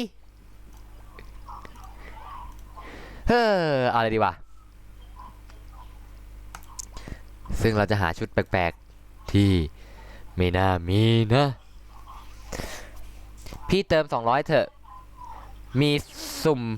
เพื่อได้ปีก SS เหรอไอปีกไอดากอนนี่มัน SS เปล่าอะ ไอ้ดับก็หนอใช่ ไอ้แล้วก็ใครเอ็นครับ เหรออ๋อนะมี S ก็พอละ ใช่ของเอผมยังไม่มีเลยเพราะฉะนั้นพี่ก็ไม่น่าจะมีได้ ของ AS เหรอ เอเวส เอฟ มาไปซิมเลย เอาไป10 บาทแป๊บนึงเอาไป10 บาทนี่เอาจากไหนนะเอาไป10 บาท มุกพี่มุก ไหนหนูรออยู่เนี่ย แป๊บนึงนะก็ใครที่เห็นแล้วก็รบกวนเข้ามาเล่นด้วยกันนะฮะ รับรองครับว่าพี่เป้เขาจะทำให้คุณสนุก รับรองว่าเฮฮาละ เต็มเลยไม่รับแล้วนี่ อะไรจัดเต็ม เร็ว แป๊บนึงบีพี่จะบอกอะไรให้ฟังวะพี่ใส่บูสเตอร์แต่พางไม่ได้ใส่ของลง อะไรพี่วะเนี่ยนี่จอมมารน้อยชิโฮหรือมิโฮะวะนี่มันตัวอะไรเนี่ยชิโฮหรือมิโฮะนี่มันชิโฮโอเคนี่คือจอมมารน้อยชิโฮ โอเค ปีกโกลเด้นเหรอปีกโกลเด้นรับแอดผมด้วยเชียร์คุงเพิ่มผมมาสิเนาะต้องเพิ่มผมมาผมไม่รับเพิ่มผมมา พิ่มผมมาเองเลยนะเดี๋ยวผมเพิ่มเขียนให้แล้วกันนะเดี๋ยวเพิ่มผมมา ไหนมีอะไรบ้าง อะไรมีอะไรบ้าง เอาใกล้เคียงที่สุด เดี๋ยวผมเขียนให้นะแอดมาเลยเนาะอันนี้เป็นของผมเนาะแอดมาเลยเนาะแอดมานะฮะดูพี่เป้แต่งตัวทำไมดูพี่เป้แต่งตัวเออไม่ปีกหลังพี่ไม่ได้ใส่นั้นดูดีๆปีกหลังพี่ใส่อะไร ไม่หนูดูมาหนู ว่าอะไรฮะอามอะไรเองเนี่ยฮะอามจะเรียกพี่ทำเพื่อเธอ เป็นยังไงกระเป๋าเปลี่ยนแล้วล่ะ เปลี่ยนรองเท้าก่อน เปลี่ยนรองเท้าก่อน กระเป๋ามีกระเป๋าด้วยเนี่ยโอ้มีกระเป๋าด้วยเนี่ย ซึ่งเราจะมาอะไรแฟชั่นโชว์กันนะฮะเฮ้อเล่นอะไรกันวะเนี่ยเปลี่ยนจากจอมมารน้อยเป็นอะไรนะ นี่เอาเด้เจ๊เจ๊เจ๊เจ๊ อะไรคือพี่บีทำอะไรอยู่ง่ะคนหล่อนะฮะแป๊บอะไรคนหล่ออะไรเนี่ยฮะไม่ พี่วีทำอะไรอยู่อะ เฮ้ยไม่เหมือนพี่นะ ต้องดูดีๆว่าพี่ใส่ข้อมืออะไรอะมือที่มือใส่อะไรดีครับพี่เป้ดีครับเนาะหายใจขากำเฮ้อ ไหนจะใส่อะไรจะใส่ครับนี่ใส่อะไร มันต้องแดงๆอย่างนี้ เดี๋ยวว่า หาเอาเอง อ๋อ เออ แล้วก็ ว่าอะไรครับว่าอะไรเอ่ยว่าอะไร พิมพ์มันเลยนะอย่าพี่อ่านเนาะ แล้วก็มือมีบอกว่ามีด้วยอ๋อมีแบบเอาเปลี่ยนอะไรแล้ว เองมีพี่ก็เปลี่ยนดิจะอยู่ทำเพื่อ ปีกมีไหมปีกไม่มี จบ ไอ้ตัวฉี่นี่ก็ไม่มี อันนี้ก็ได้จะได้มีอันนี้น่าจะมีอยู่ อันนี้ ว่าอะไรเรียกกันทำไมเนะฮะเรียกพี่กันทำไมตั้งนานเนี่ย ไหนก่อนเลย แล้วทำไมจะก๊อปปี้กันทำไมเนี่ย ก๊อปปี้กันทำไมเนี่ยแป๊บนึงวงแหวนไม่เห็นเหมือนพี่เลยพี่ใส่วงแหวนนะพี่ใส่วงแหวนนะไหนวะไหน อยู่หัวห้องอะ หัวห้องในวงแหวนที่ไหนเนี่ยฮะ อ๋อ พี่ใส่ ไม้เวรนะ ไม่หมายถึงวงแหวนบนหัว พี่ใส่วงแหวนนะไม่ได้ใส่ไอ้นี่เขา เอ้ามืออะไรอะมองไม่เห็นอะ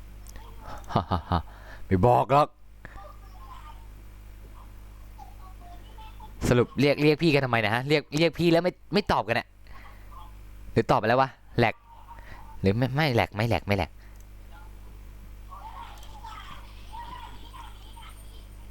แบบอะไรเนี่ยพี่เป้ขี้แตกกดหนึ่งพี่เป้ขี้เหล็กกดสองพี่เป้หล่อไม่ต้องพูดบอกฮะฝนในใจตัวเองเลย กดแม่ง กดอะไร1 2 3เอ้ย1 2ไม่มีใครกดโอเคตามนั้นก็สรุปว่านะพี่หล่อแล้วกันเนาะเย้ซึ่งช่วงนี้ขอสนับสนุนโดยกามักโซน พี่เป้ว่าอะไรเอ่ยก็พิมพ์มาสิเดี๋ยวพี่อ่านเองว่ามาเลยเนาะ ขอเย่หน่อย ฮ่าได้มาดิมา ไม่ตัดปฏิเสธหน่อยนะ พี่เป็นคนใจดีพี่แบ่งปัน6 + 6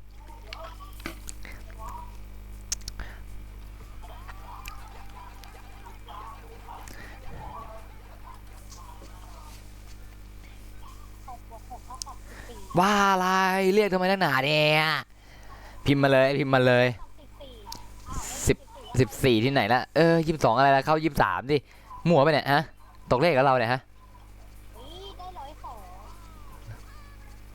ได้102จะ102ได้ไงมันมีแค่ไม่กี่อันเองเฮืออ้าวยิงของเล่นลืมเลยเท่าไหร่วะ 101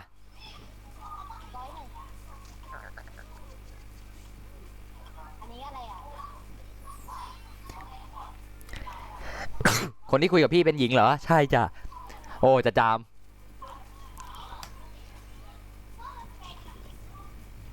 เท่าไหร่วะลืม ลืมเหมือนกัน9 พี่เป้คนที่คุยกับพี่เป้เป็นหญิงจ้านะจ๊ะนะจ๊ะ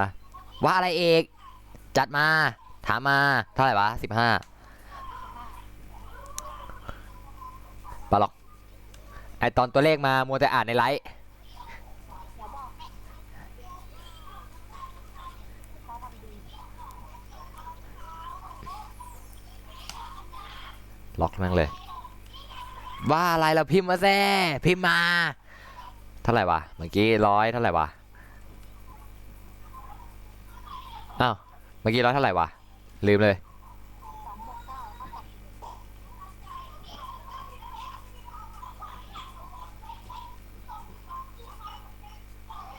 100เท่าไหร่นะลืมแล้ว เอลดิ ตามมาทำไมเนี่ยอ้าวมัวถูกเฉย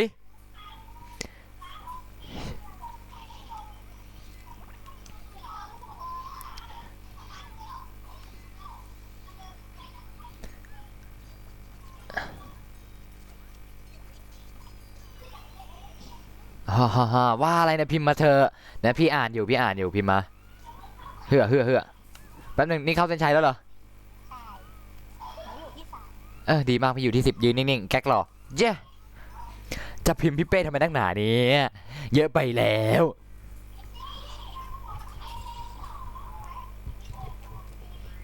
เอ้าเข้าเส้นแล้วอ่ะแล้วทำไมแพ้อ่ะ อ้าวรู้ด้วยไหมเนี่ย เอ้าอยู่ๆก็ชนะ อ้าวสรุปแพ้เลยชนะเนี่ยอ้าวสรุปไม่ได้ขึ้นแทนอ้าวสรุปยังไงเนี่ยอ้าวยังไงเนี่ยอ้าวพี่ซีนี่มูอ่ะ โอ้ยงง เอาแล้วนะฮะชื่อห้องของเราก็จะชื่อห้อง00นะฮะพัดไปเราจะไม่ใส่ซึ่งอะไรนะอันนี้อยู่ในระดับยากป่าวะสูงไหม สูงสูงหรือต่ำเนี่ยตอบเอี่ยวมาโดดเตะนะ พี่เป้เข้าอยากพี่เป้อะไรเข้าอะไรวะ เอ้ากดแล้ว บายบายเอาโหกดทันอย่างดีนะ ฮ่าว่าอะไรอีกเนี่ยพิมพ์จังเลย ว่างเหรอ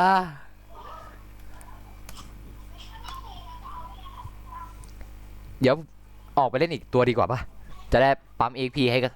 แต่ละคนด้วย นั่นไง มันไม่บวก EXP อ่ะ ฮะ อะไรนะ เสาร์อาทิตย์พี่ค่อยพาได้หรอ เสาร์อาทิตย์เหรอ ได้ รหัสนั้นพี่ก็เล่นเฉพาะเสาร์อาทิตย์อ่ะ นะโอเค เดี๋ยวก็เล่นเสาร์อาทิตย์ก็ใช้รหัสนั้น ไม่ใช่เสาร์อาทิตย์สปอนเซอร์พี่จะเล่นรหัสนั้นนะ พี่ก็ไม่มีปัญหา ไม่เป็นไรหรอกก็ถ้าเขาเล่นก็เราก็ให้เขาเข้ามาในห้องแล้วก็ใส่ชุดสิมาแววดีจ้าคิมเหรอแป๊บหนึ่งน้องอยากกวนพี่เป้อะอยากกวนในไหนอะกวนในทอล์กเหรอเฮ้ยเอาบิน ใช่ตัดไปนานแล้วเป็นชั่วโมงแล้วเนี่ยเป็นไรน่าสงสัยจังเลย ว่าอะไรอีกถ้าเรียกจังเลยนะฮะกลัวลืมชื่อพี่ยังไงนะฮะเรียกกันจังเลย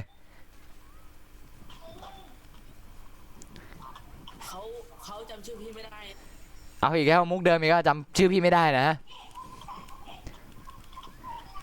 นี่พี่เป้นะไม่ใช่โอป้า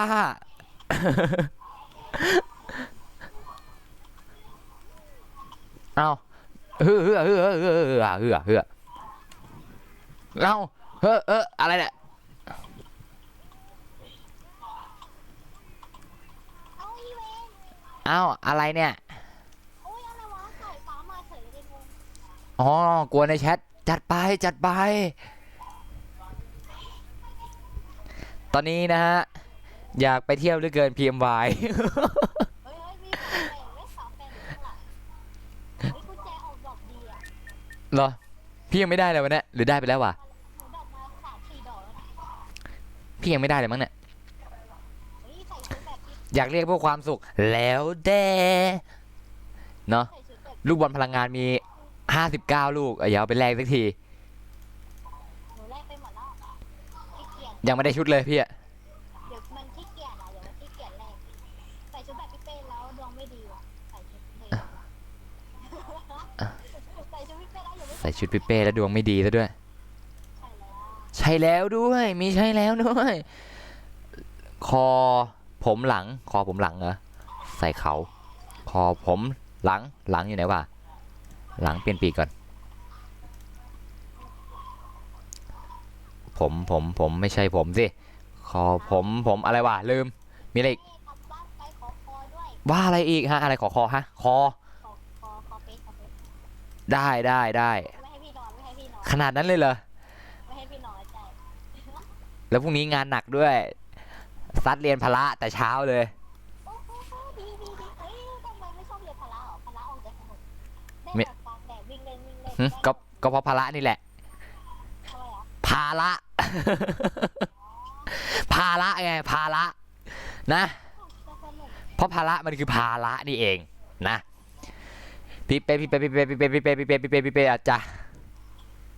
เรียกทำไมเนี่ย เหงา ฮัลโหลคิมอยู่ไหมว่าไงแอดมินคิมอยู่ไหมเอ่ย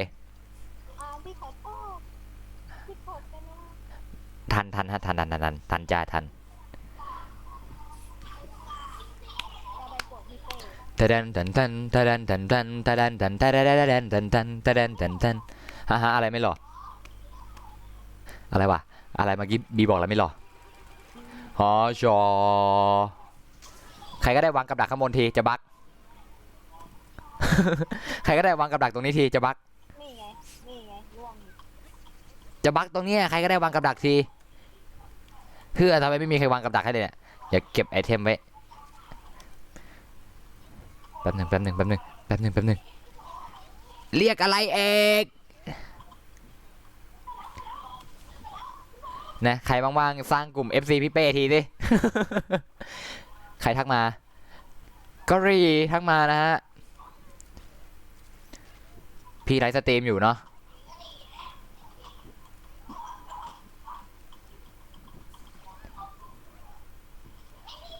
มารับอะไรวะ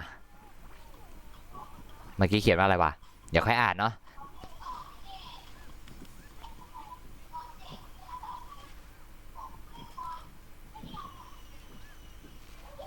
ดึงเ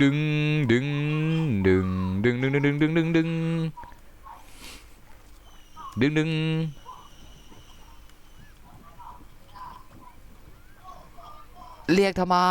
เรียกอะไรเรียกทำไม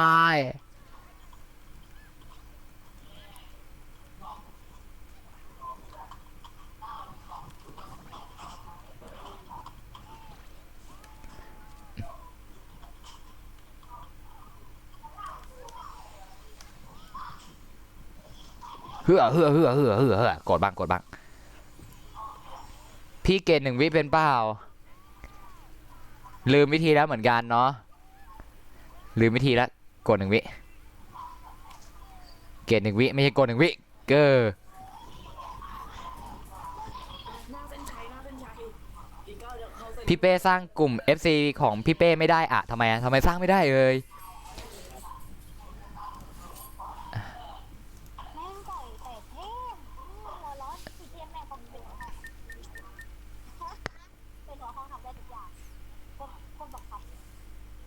มี FC ตับอ่อนอยู่แล้วไม่นอกใจว่าทำไมทำกับพี่อย่างนี้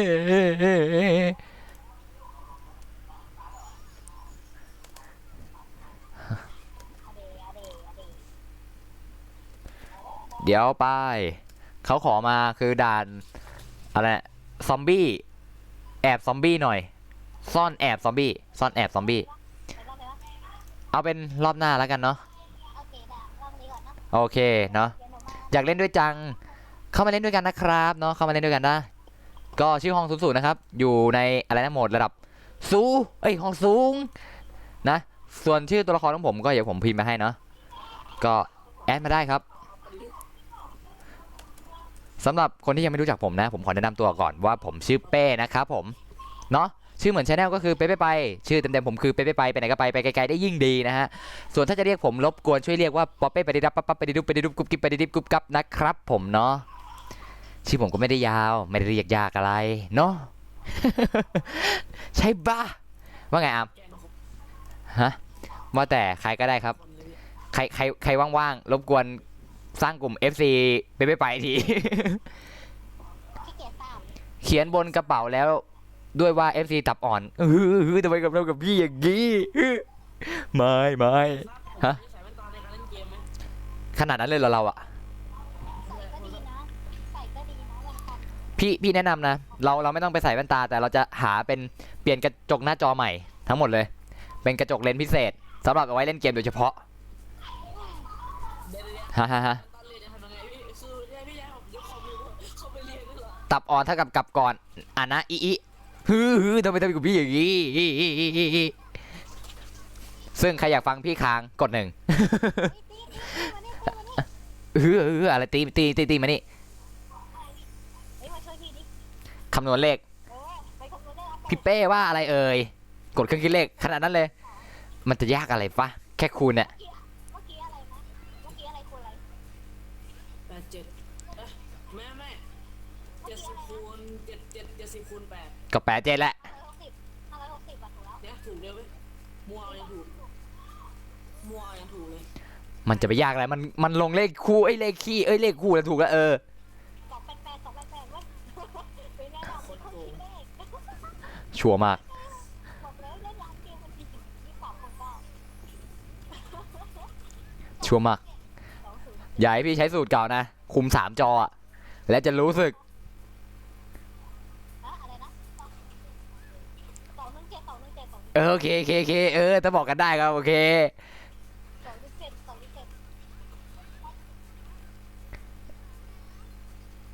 พี่เป๊ะไปเต้นแก้ผ้ากลางถนนหน่อยขนาดนั้นเลยเหรอฮะพี่ไม่ได้โรคจิตขนาดนั้นเลยน้องพี่บอกแล้วพี่กระสาดิด683ทำไม683มันอยู่ไกลพี่ดัง อ้าววิ่งผิดเลน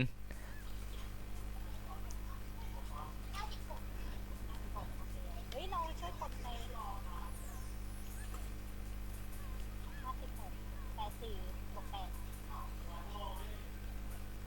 แอดมินบีแม่งโคตร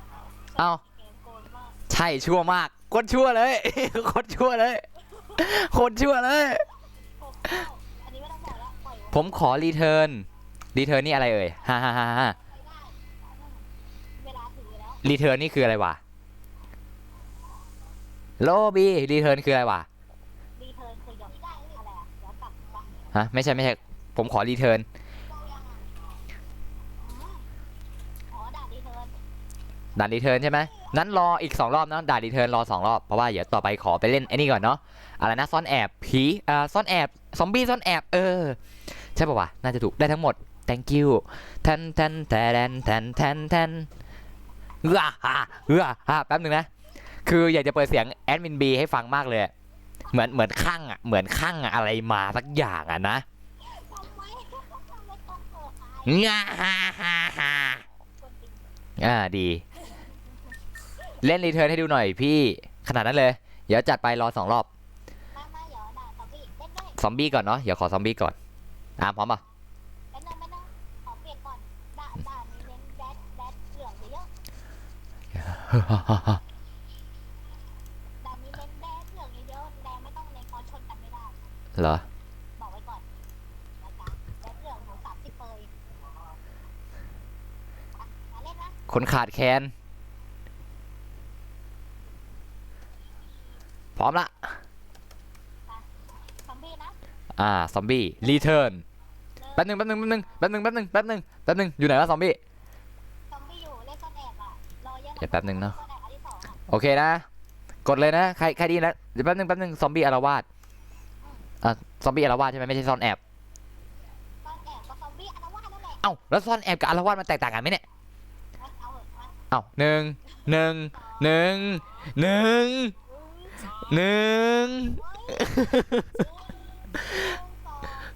1 2 3โอเคจัดไปกดให้ไวใครช้า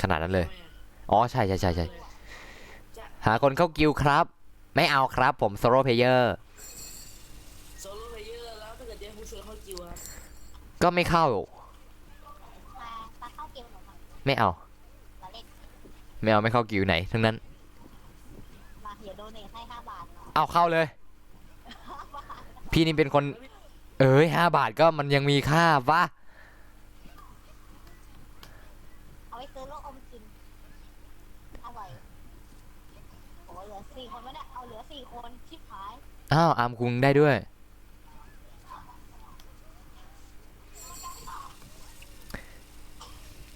อ๋อ ชื่อนี้ผมเห็นอยู่ฮะ เห็นอยู่ ส่งของมาให้ผมเยอะเลย ต้องขอขอบคุณมากเลยนะครับเนาะ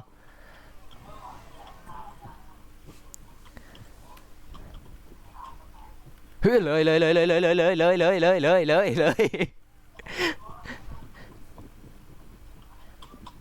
มาอุโมงค์ใต้ดินเลย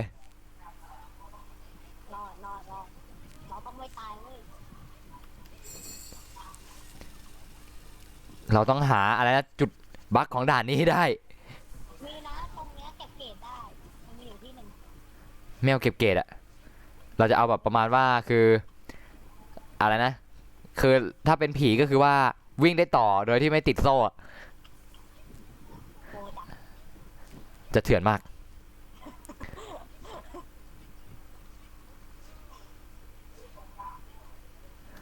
ไปแล้วโอเคโอเค มีคน แนะนำวับเข้าประตูแล้วดักหน้าประตูอะ ดักตี ดักตีอะเนี่ยคนมา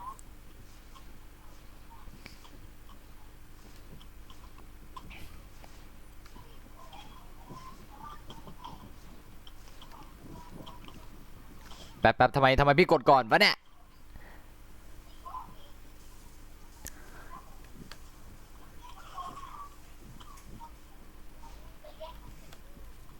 เอาติดโคนซะงั้น พี่เป้อ่านยังอ่ะ อ่านอะไรเอ่ย นี่ที่2 เฮือต่อไปก็อะไรนะ ลืมละ โอ้ย รีเทิร์นใช่ต่อไปรีเทิร์นเนาะก็รีเทิร์นนี่30 คนได้ปะ พี่ครับอะไรเพลินๆนะพี่ รีเทิร์น เดี๋ยวสร้างให้ 30 คนได้ปะ ได้ โอเคถ้า30 คนได้ก็ดี ตามมาเลยเอาเดี๋ยวปิดเกมตามหนูมาเลย ไม่ตามพี่เอง รีเทิร์นนี่อันนี้ มาเลยนะจ้ามาเลยให้ไวเลยฮะใครเร็วใครได้ครับใครช้าก็อดนะฮะจัดมาครับมาให้ไวเลยเนาะ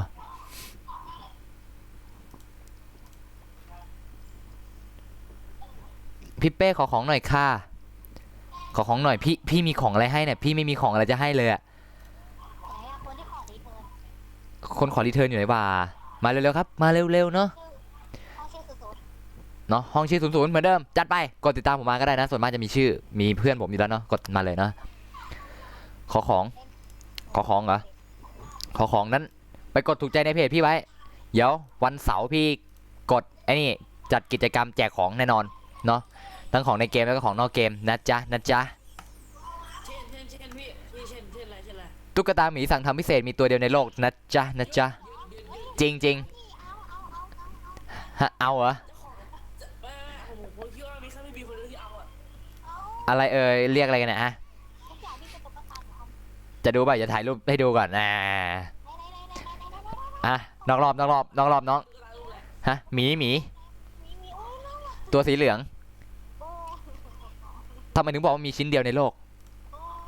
รู้หรือไม่ เอามี ก็พี่มีตัวเดียวดีกว่า ไม่ที่ว่าชิ้นเดียวในโลกเพราะมันเป็นแฮนด์เมด ไม่คือแล้ว อ้าวทำมือไงทำเองอ่ะ ขอ ขอ จะเอาไปประหยัดพ่อ ราคาตัวนี้น่าจะตกอยู่ประมาณ500ถ้าพี่ขายนะ เอามานี่คือการปล้น ซึ่งแจกเลยดีไหม ชัวร์เลยตอนนี้ เอาทำไมอะ พี่บีปล้นเนี่ย ไม่ได้ปล้นเขาเรียกไถเขาเรียกไถ เขาเรียก แหม ขอต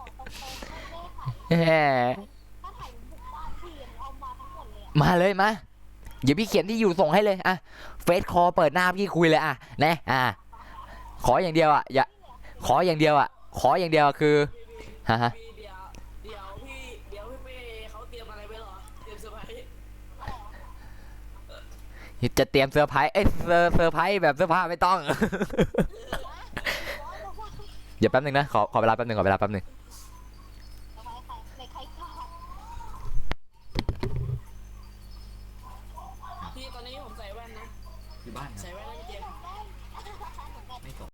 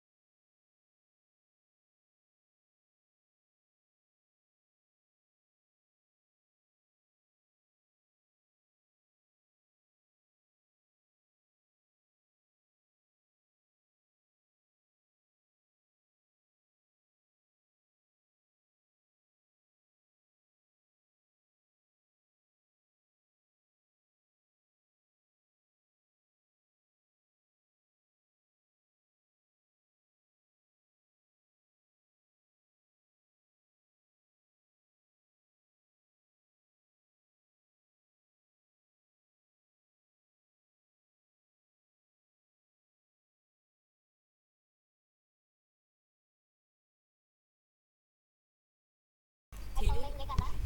ใครมีปัญหาใครเนี่ยอยากเห็นพี่เป้เล่นรีเทิร์นใช่ไหมจัดไปพี่จัดให้รีเทิร์นตามคำขอรีเทิร์นคืออะไร ยังไงรีเทิร์นเนี่ยด่านเนี้ย แป๊บนึงทำไมมันวิ่งถอยหลังไม่ได้เหรอนี่พี่เล่นรีเทิร์นอยู่ วิ่งไม่ได้ ก็วิ่งไม่ได้ที่ไหนถ้าวิ่งได้เนี่ยถ้าวิ่งไม่ได้แล้วอะไรเนี่ยหนูสวยมากค่ะเอาหนูไหมขนาดนั้นเลย โกงหมดเหมือนกัน พี่เป้บอกจัดไป ไม่เอาหรอกเนาะไม่เอาหรอกแต่เอาจริง โอ้โห คนแย่ แย่จังเลย เฮ้ยโดดไปถึง เฮ้ยใครก็ได้มาเล่นดิ เอื้อทำไมคอนโทรลมันกดไม่ค่อยติดมาช่วงหลังๆเนี่ย พี่เล่นไม่เป็นแล้วผมจะเล่นผมจะเล่นยังไงวะเนี่ยถ้าเกิดพี่เล่นยังไม่เป็นเนี่ยแล้วผมจะ เขา เล่น จะ ยัง เล่ ไง นสี่ทั้งห้อง โอเคดีมากจัดไปกี่คนอะเอาเหอะกี่คน ก็ถ้าด่านนี้เราไม่ผ่านกันสักคนแล้วก็นะฮะรบกวนแต่ละคนช่วยกดAlternate F4 ออกกันเต็มที่เลยนะฮะโหจะถึงผ่านได้แล้วผ่านมาถึงช่วงหนึ่งแล้ว อยากเล่นจังอ๋อเหรอฮะก็ ในด่านนี้เหรอ ได้เนาะก็เดี๋ยวรอรอบหน้าเนาะ What the fuck อ้าวโดดไม่ติดอีกแล้วอะไรเนี่ย เอ้า เฮ้ยอะไรเนี่ยแป๊บทำไมปุ่มโดดไม่ค่อยติดวะ มันติดจิ๊กซอว์ไงไม่ใช่ดิมันติดบล็อกอะ ไม่พี่กดกระโดดไม่ติดเลย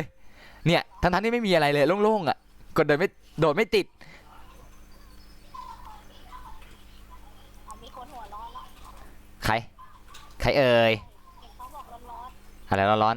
ช่วงนี้อากาศมันร้อนนะ ๆอะไร อ้าวไม่ใช่เหรออะไร โอ้โหไม่ถึงเว้ย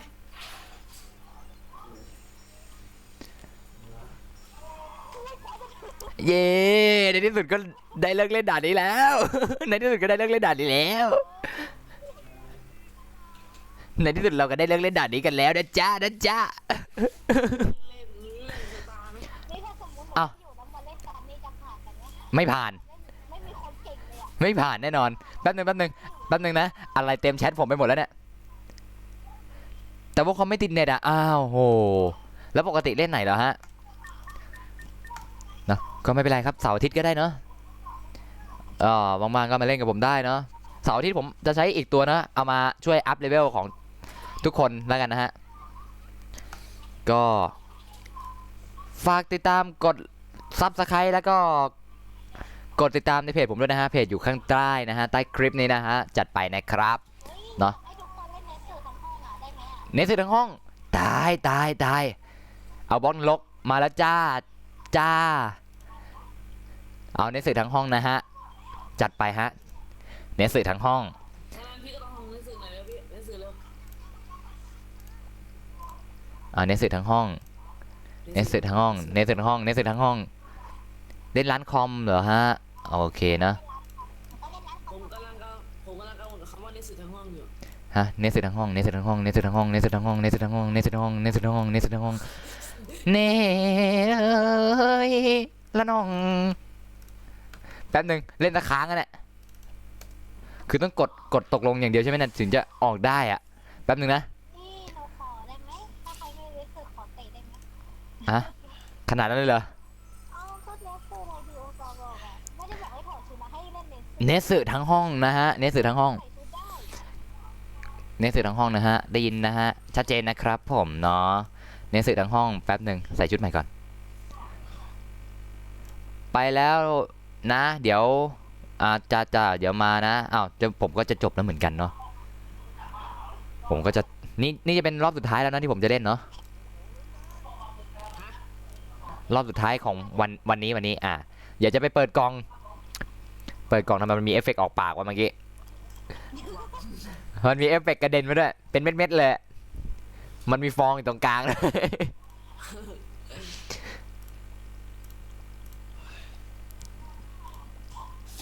แพ้กันห้องเจ้า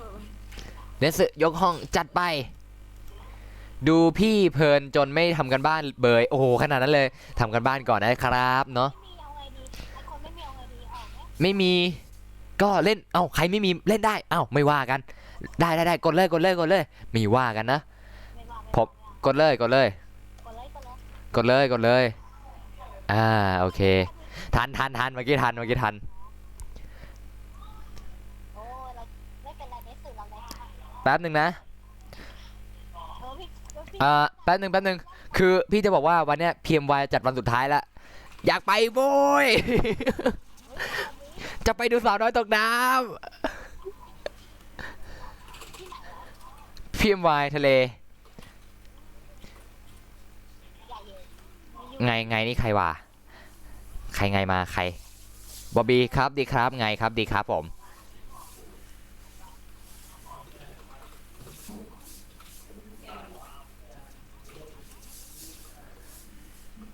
นะฮะใครอยู่ระยองบ้างเนี่ยฮะหาคนไปเที่ยวหาคนไปเที่ยว PMY ครับ มันคือที่ไหนนะ คือทะเลจ้า แล้วยังมีทะเลด้วย อ้าวระยองติดทะเลซะขนาดนี้ไม่มีทะเลได้ไงเนี่ย ใช่ เอาเหรอไม่รู้ลืมไป เอาละครับถึงช่วงเวลาของอะไรนะภูมิศาสตร์แล้วนะ เราจะมาเรียนรู้เรื่องภูมิศาสตร์กันนะครับ อะไรนะ ผมไม่อยากเรียน บอกเลยสังคมพี่เกลียดสุด เอาเลยนะจ้า ผมหนูไม่เขียนนะผมชอบ แต่เราเกลียดสุดๆล่ะ หามุมสังคมได้นอนด้วยแป๊บนึงนะคาบที่พี่ได้นอนน่าจะมีอะไรวะน่าจะมีไม่มีเลยที่ได้นอนมันมีแค่คาบว่างที่พี่ได้นอน อ้าวที่หนูได้นอนก็คือมีคอมพิวเตอร์วิทยาศาสตร์ของผม หามุมก่อนหามุมประมาณนี้มั้ง เอ้าคอมพิวเตอร์พี่เลขที่38แล้วคือแบบมันอยู่ข้างหลังเลยลิฟต์ปาจากครูอะ ผมได้เล่นเห็นปะเห็นครับเนาะชื่อเดียวกับในเกมเลยปะถ้าชื่อนี้ผมเห็นอยู่เนาะแป๊บนึงผิดมุมไปหน่อย เนี่ยเราน่าจะยืนเรียงข้างหน้า3 คนนะอามเนาะแม่พี่ผิดมุมไปหน่อย เป้พี่เป้ ฮะ ด่านลำธารเหรอโอเค รอบสุดท้ายไง พี่อยู่ระยองเนาะพี่อยู่ระยอง ลำพานตาสุดท้าย ไป พี่เขาจะรีบไปดูนะพี่ อะไรนะ ผมพี่จะรีบผมพี่รีบอ่ะ ไม่ได้รีบเลยถ้ารีบนี่พี่ไปแล้วแหละไปละ เฮ้ยอย่าเพิ่งไป อะไรนะลำธารนะเตรียมพร้อม1 ระวัง 2กดเลยกดเลยอ้าวอยู่ทีมเดียวกับบีชนะละพี่ชนะละแทน ลองใช้พี่ เราฉลองชัยชนะกันก่อนเลยเนาะ ด่านลำธารนะฮะเข้ามาเล่นด้วยกันเนาะอันนี้จะเป็นรอบสุดท้ายแล้วนะของวันนี้เดี๋ยวผมจะไปเปิดกล่องเนาะกล่องรู้สึกจะได้เยอะแล้วเนาะเปิดกล่องเล่นดีกว่าแทนแทนแทนแทนแทนแทนแทนแทนแทนแทนมาเต็มตั้งแต่วันไหนเมื่อวานพี่จะไปแล้วเหรอใช่เนาะพรุ่งนี้ผมไปเรียนด้วยเนาะ เอาไม่เข้ากันเหรอ อ้าวหายไปไหนกันหมดเนี่ยลำธารจ้าลำธาร บอกว่าลำพานอ๋อ ลำธารจ้าลำธารนะไม่ได้ลำพัง ชื่อตัวว่าอะไรชื่อตัวว่าอะไร นี่ใครเอ่ยชื่อตัวว่าอะไร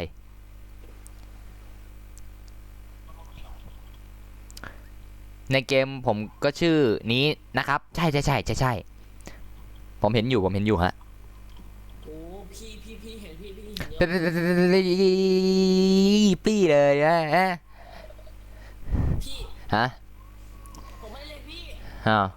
เราเรียกพี่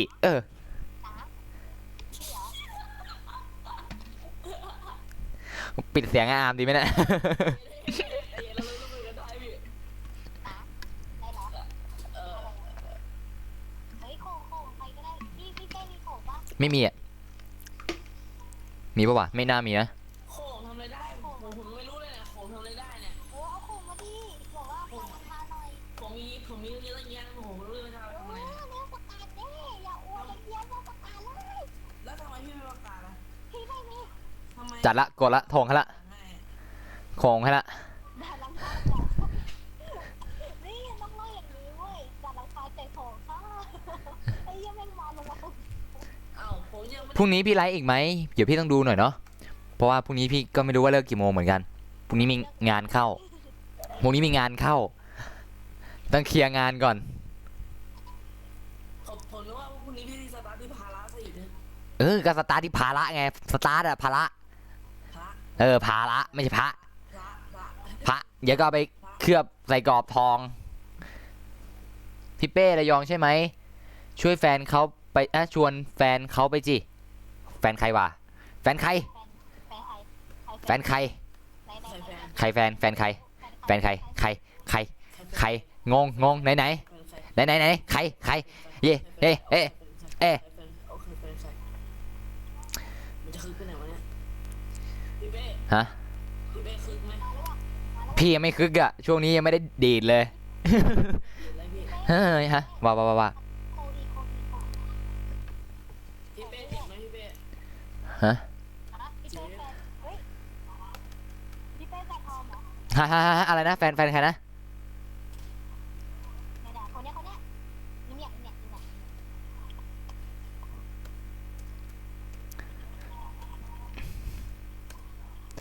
เอ้าพิมพ์มาอีกรอบ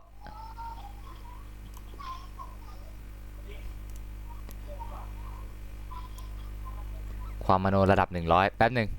อะไรวะ คนเนี้ย ไม่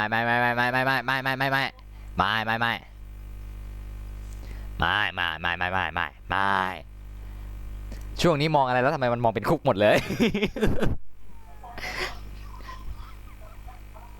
แป๊บใครเป็นใครอะไรแป๊บอะไรใครเป็นใคร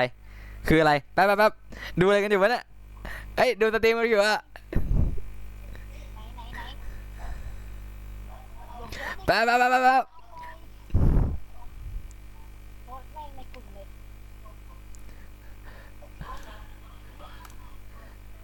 แป๊บอะไรอะไร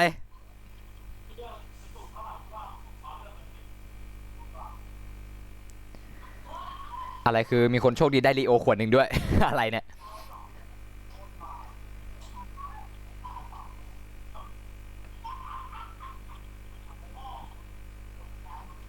ใครรวยโคง นั่นน่ะสิ ย้อชวนเฮ้ยพี่น้ำออฟพี่วะ ฮะ พี่น้ ทำไมพรุ่งนี้อยากให้พี่ไลฟ์อีกเดี๋ยวพี่ขอดูก่อนเนาะแป๊บนึงนะพอถามก็ไปในกลุ่มพี่ปุ๊บแม่งไม่มีใครตอบพี่เลยว่าใครแฟนใครแล้วใครแฟนใคร มาแล้วจ้ามาอีกแล้วเหรอ ำอะไรเหรอ ฮะกลุ่มแชทในเฟซ ไม่ชวนไง ทีปาร์ตี้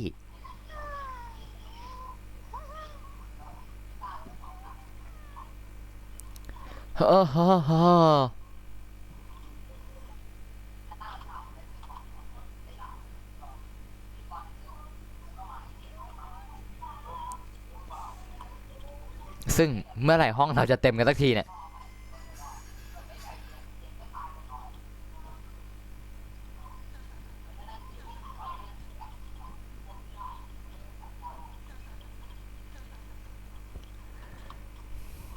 มาไม่ได้หรืออะไรมาไม่ได้หรือ มาได้สิมาได้พี่ไม่ว่ากันนี่แฟนจริงไม่มโนเหมือนน้องค่ะอะไรอะอะไรอะอะไรอะอะไรอะอะไรอะอะไรอะไปอะไรอะอะไรเฮ้ยเราเคลียร์กันอะไรเราอะไรด่าลำธารนะลำธารนะฮะมาเล่นด้วยกันครับผมลำธารนางฟ้านะรอบสุดท้ายเนาะเดี๋ยวผมจะไปเปิดกล่องใช้ดวงให้หมดจริงทำไมถึงลำธารเป็นลำธารด่านสุดท้ายเพราะไม่มีคนเล่นนี่ใช่ไงมันเลยดึงมันดึงเวลามากเลยครึ่งเคยถึงซึ่งไม่ใช่ครึ่งอะไรอีกวะเนี่ยซึ่งถ้ามีคนมานี่อีก6 คน อีกฝั่งละ3เห็นไหมฝั่งหนูแบบโอ้มีคู่รักด้วย อะไรบทแลมีคู่รักอะไรแฟนน้องเลยไหมอะไรเอ่ยใครก็ได้ลากใครมาก็ได้ใครก็ได้ลากใครมาก็ได้ทีใครก็ได้ใครว่างๆลากใครมาก็ได้ทีจ้า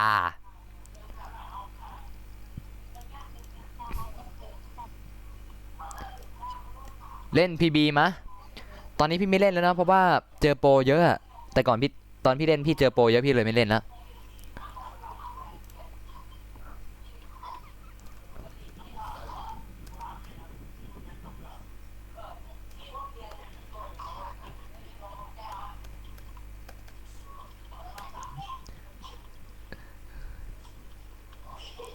ไปแล้วนะเอามาไวไปไวนะ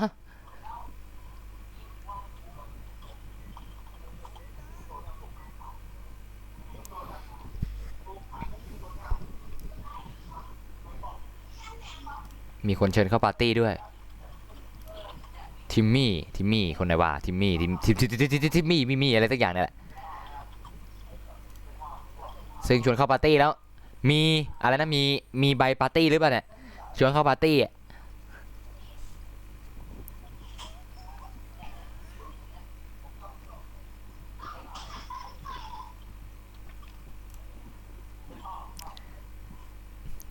เอาละครับเปิดศึกระหว่างแอดมินแล้วนะจ๊ะเอาละบอกเลยนะว่าดูผู้หญิงตบกันมันกว่าเยอะ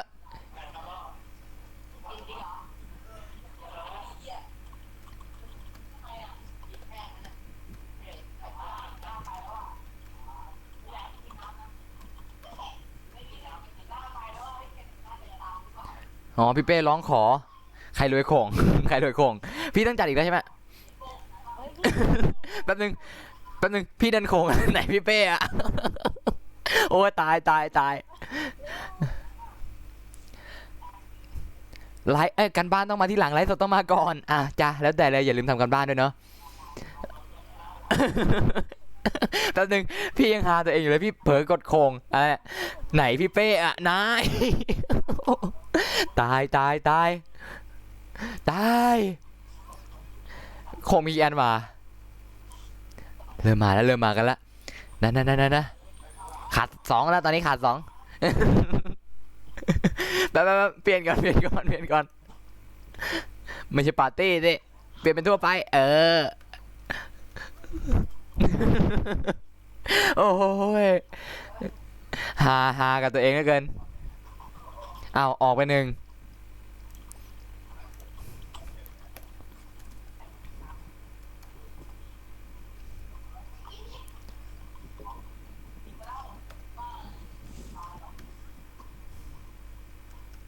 ชวนใครดีวะเนี่ยเป็นการเวลาภาคีสีเนี่ยถือว่าภาคีสีเนี่ยเนี่ยจัดมาอ้าวตัดความสัมพันธ์อะไรเนี่ยตัดใครเหรอไม่รู้ใครกดไม่รู้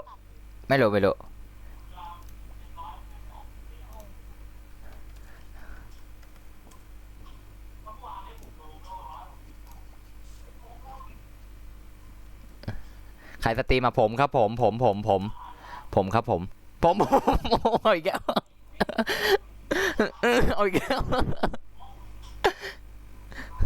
ผมไงผมอ่านไม่ได้อ่านไม่ได้ตะโกนด้วยเนี่ยอ่านไม่ได้ผมตะโกนด้วยเนี่ย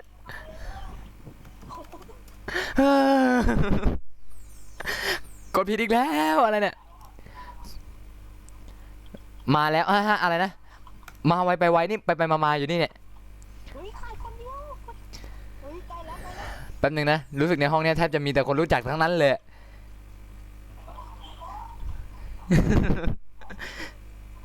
อะไร1 คนป่ะ 1 คน อ๋อขาด1 คน ดูใครดูเอาใครดูเอาคนนี้แหละ มาแล้วเย้ เฮ้ยกด เป้หล่อไหมคะ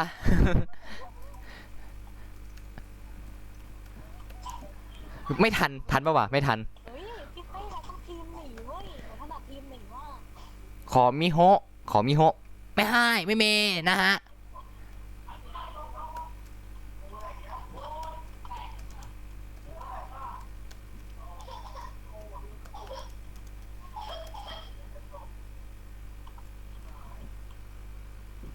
อะไรนะอะไรเมื่อกี้อะไรเนี่ยบีอ่านให้พี่ฟังทีสิอ่านว่าไงนะอ่านให้พี่ฟังทีสิเมื่อกี้อ่านว่าอะไรเหรอนี่ไปอ่านให้พี่ฟังทีสิน่ะบายคุโรทีอาร์น่ะอ่านให้พี่ฟังทีสิว่าเขาพิมพ์อะไรอ่านให้พี่ฟังทีสิ อะไรเอาไปต่อทีอะไร อะไรนะหนีว่าพี่เราเอ้ยพี่เต้น เฮือฮ่าเอาละอะไร พี่เป้ทีมเราต้องเหยียบแค่น้ำไม่เหยียบแค่ตาย รู้ซึ่งพี่ก็ดันเอาอะไรแหละเน็ตสึมา ลืมเปลี่ยนได้ดูไลฟ์สดต่อโอเคเนาะก็เกือบ3 ทุ่มอ่ะถึงจะหยุดไลฟ์ประมาณนั้นแหละเพราะว่าก็ยื้อจากการอันนี้แหละนะเฮือแหลกไม้เอาไม้ดีเฮ้ยตามมาไวยังอะ ความเร็วเขา15 เฮือกดไม่เทมไอเทมไม่ทันไม่ใช่กดเทมแบบึบบึบ บึบอะไรวะเนี่ยบึบเมฮอไม่ไม่มีให้แต่ถ้าให้เล่นนะได้อยู่ พี่เป้เอาไงพี่เป้เอาในสื่อวิ่งแฟนหนูเอาสายเกมมาวิ่งโคตรยิปปี้ แป๊บนะนะฮะเราก็ต้องขอบคุณสปอนเซอร์ใจดีที่ดูสตรีมผมอยู่นะฮะสำหรับกามอกโซนขวดนี้ นะฮะสำหรับกามอกโซนขวดนี้ต้องขอบคุณมากเลยนะครับเนาะซึ่งพรุ่งนี้ขอเป็นอะไรนะรถอะไรวะรถอะไรวะมีรถอะไรอีกอะผมขอรถอะไรนะองุ่นองุ่นถ้าองุ่นยังอยู่ผมขอรถองุ่นนะฮะเนาะต้องขอบคุณนะฮะ2 คนไหนทีมเราไม่เห็นเลยทีมเราอยู่ไหนเนี่ยเหลือใครเนี่ยเฮ้ยมีระดับเซียนอยู่ไม่เป็นไรหรอกอย่าเพิ่งตายก็แล้วกันเนาะ มันจะไม่ตาย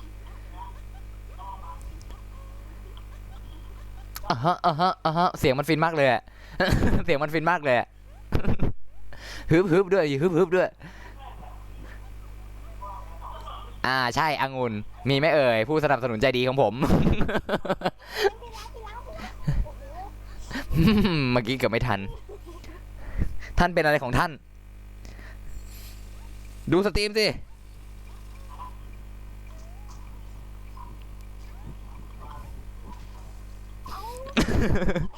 เอาแล้วชุบว้าวโหไม่น่าเลยวิ่งไปวิ่งมาตายงับวิ่งไปวิ่งมาตายครับ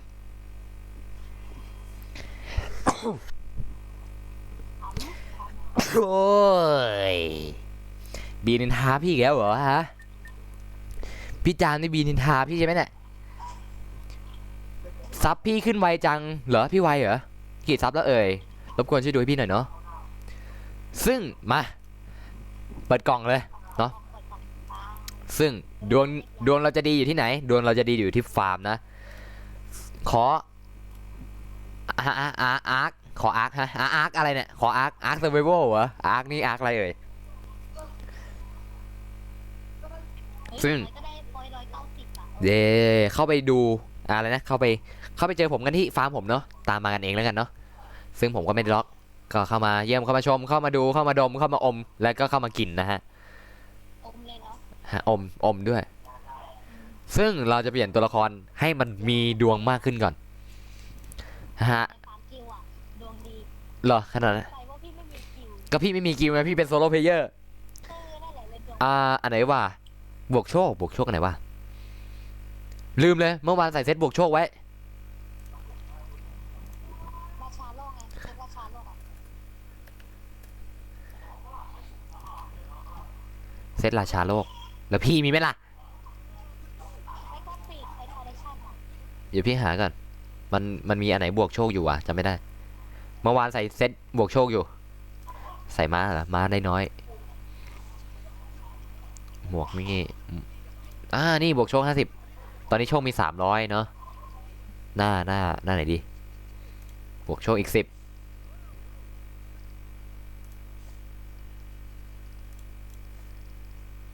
หรือนี่ดิอันนี้30อันนี้ดีกว่า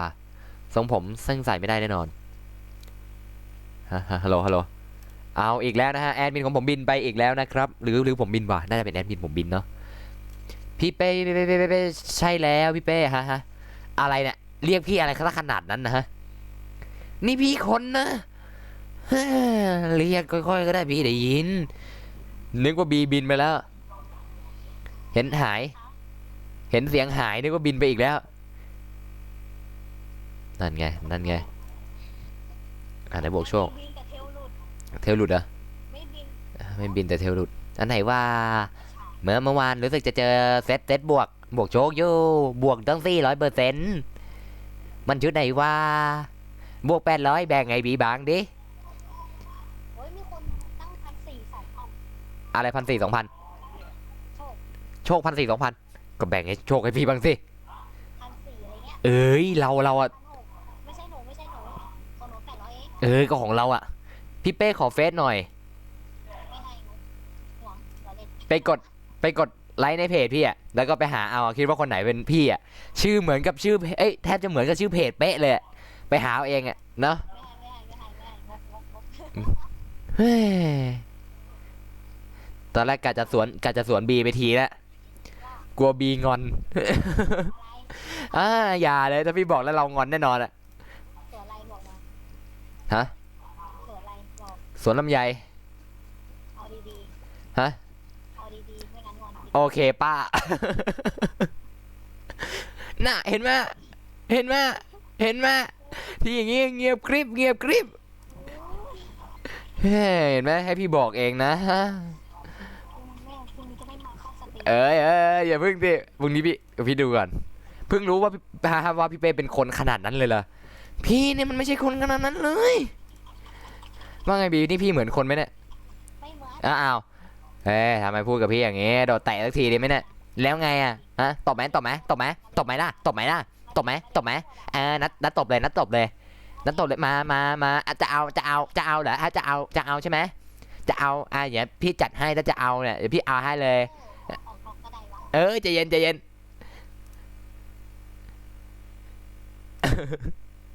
ซึ่งตอนนี้ก็บอยบินไปแล้วนะฮะซึ่งเราก็จะลากเข้ามาใหม่ นั่นเองเนาะซึ่งชุดไหนวะชุดไหนดีมันบวกอยู่ไหนวะเมื่อวานเจออยู่เลยอยู่ไหนวะ อะไร อ๋อไม่เอานะโอ้ ไปเลยก่อ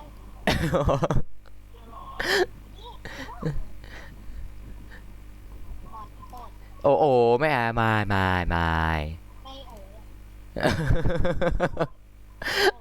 โอ้ยพี่ขอโทษ โกรธ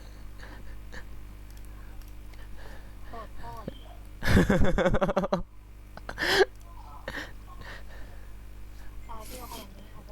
เปิดเลยทีเดียวเช็คเฟซตึบนี่หัวหรือเปล่าเนี่ยตึบเนี่ย นี่ใช้เฟซหรืออะไร นั่นน่ะสิซึ่งทำไมได้แค่300กว่าวะใส่พางใช่ลืมใส่พางคือเอาใส่นั่นอะไรอ่ะพวกชุดอนุบิส มีแต่ไอเนี่ยไออะไรเนี่ยไอสโนดอ สโนว์ดอมไม่บวกโชค เหรอ ใช่แล้ว พี่เป้มีคนท้าผมต่อย ต่อยหาพ่อ ไปต่อยเลย ไปต่อยเลย พี่เชียร์เอง หนูอวยมีหน้าที่อวยอย่างเดียวใครชนะเอาไปเลย5 บาท อ้าวพี่เวียเองอะไรพี่เวียเองวะเนี่ยโอ้อะไรเนี่ย ที่เมาเก่า อย่าดม เฮ้ยเอาถุงไหนดี เอาละเดี๋ยวมานะพี่เป้เดี๋ยวไปเพิ่มเพื่อนเป็นเพิ่มพี่เป็นเพื่อนก่อนโอเคกรุณากดสับตะไคร้ฮะสับตะไคร้แล้วด้วย เพื่อนแนะนำไปทำแกงส้มฮะเพื่อนนำไปทำแกงส้ม ให้พี่เป้กินด้วยนะจ้ะ พี่เป้เดี๋ยวจะโดเนทมาม่าเผ็ดไปให้ มาม่าเผ็ดจัดมาเลยเนาะ เซเว่นขาย49 บาทที่เซเว่นหนูวันนี้ขาย เหรอ โคตรก็ดีโดเนทมาเลย เดี๋ยวพี่จะได้ทำรายการอะไรนะ รายการอะไรป๊อปเชฟเป้ เชฟเป้หรือว่ามันเป็นเมนูสำเร็จรูปอยู่แล้ว เฮ้ยเชฟเป้สิไม่มันต้องมาโม มันต้องเอามาโมก่อนสิเพราะพี่ไม่กินแบบธรรมดา ซึ่งโชคแค่นี้ก็ พริกไปด้วย เออแต่มาจัดมาน้อง พี่จะรอกิน หมดเลยนะเปิดให้หมดเลยนะกินไม่หมดเลยกินไม่หมดเอาโดน ได้ ขนาดนั้นเลยจัดไปซึ่งพี่บอกก่อนเลยว่าพี่ไม่กินเผ็ดกดซับ2 ครั้งแป๊บครั้งเดียวพอครับครั้งเดียวพอเนาะครั้งเดียวพอ2 ครั้งอีกแล้วนี่มุกไข่วันละซึ่งลืมโชคมันต้องตัวไหนวะสัตว์เลี้ยงตัวไหนวะนี่อ้าวผิดตัวถูกตัวละตัวนี้แหละถูกอะอันนี้โชคบวก100หรือเอาสตาร์นี่มันบวกเท่าไหร่วะโชคบวก20ไม่ใช่เอาอันนี้แหละบวกเยอะสุดละโชคหนูขอทำให้พี่เป้กินมาม่าเผ็ดเกาหลีฮะขอท้าได้เนาะได้เลยนะถ้าพี่หาซื้อเองได้เดี๋ยวพี่จะไปซื้อ หรือถ้าใครรู้บ้านที่อยู่พี่ก็โดเนทมาจัดไปพี่ ซีคอนหนูก็มีซีคอนอะไรเงี้ยมี เหรอ เป็นไอ้นั่นเลยแพ็ค มา เปิดกันเลยมีกล่องประจำวัน6 กล่องแล้วก็กล่องปาร์ตี้เปียโร12 กล่องกับการ์ดประจำเดือน3 ใบกะกล่องปาร์ตี้เปียโรมหาสนุกอีก4 กล่องจัดไปกดซับฮะ2 ครั้งซับพี่ต้องการเยอะเยอะฮะแป๊บหนึ่งกดครั้งเดียวก็พอ โอ้ย คนข้างๆไหม 2 คนข้างๆคนไหนวะ ในเกม แป๊บทำอะไรกันอะแป๊บทำอะไรกันอะเขี่ยออกเคลียร์ออก ชูจะ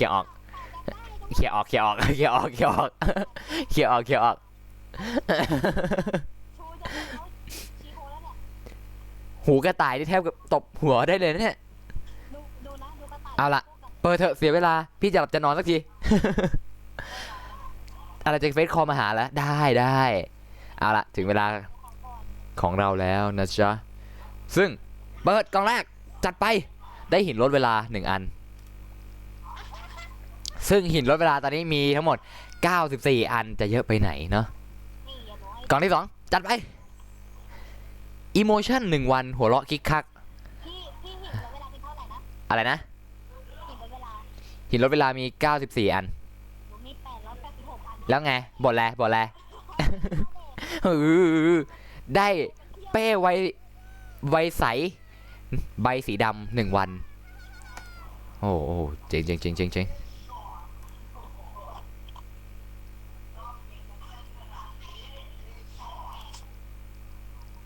แล้วก็ไปอีกกล่อง ซึ่งได้เฟรมทานตะวัน7 วัน ซึ่งเฟรมเก่ายังมีอยู่เลย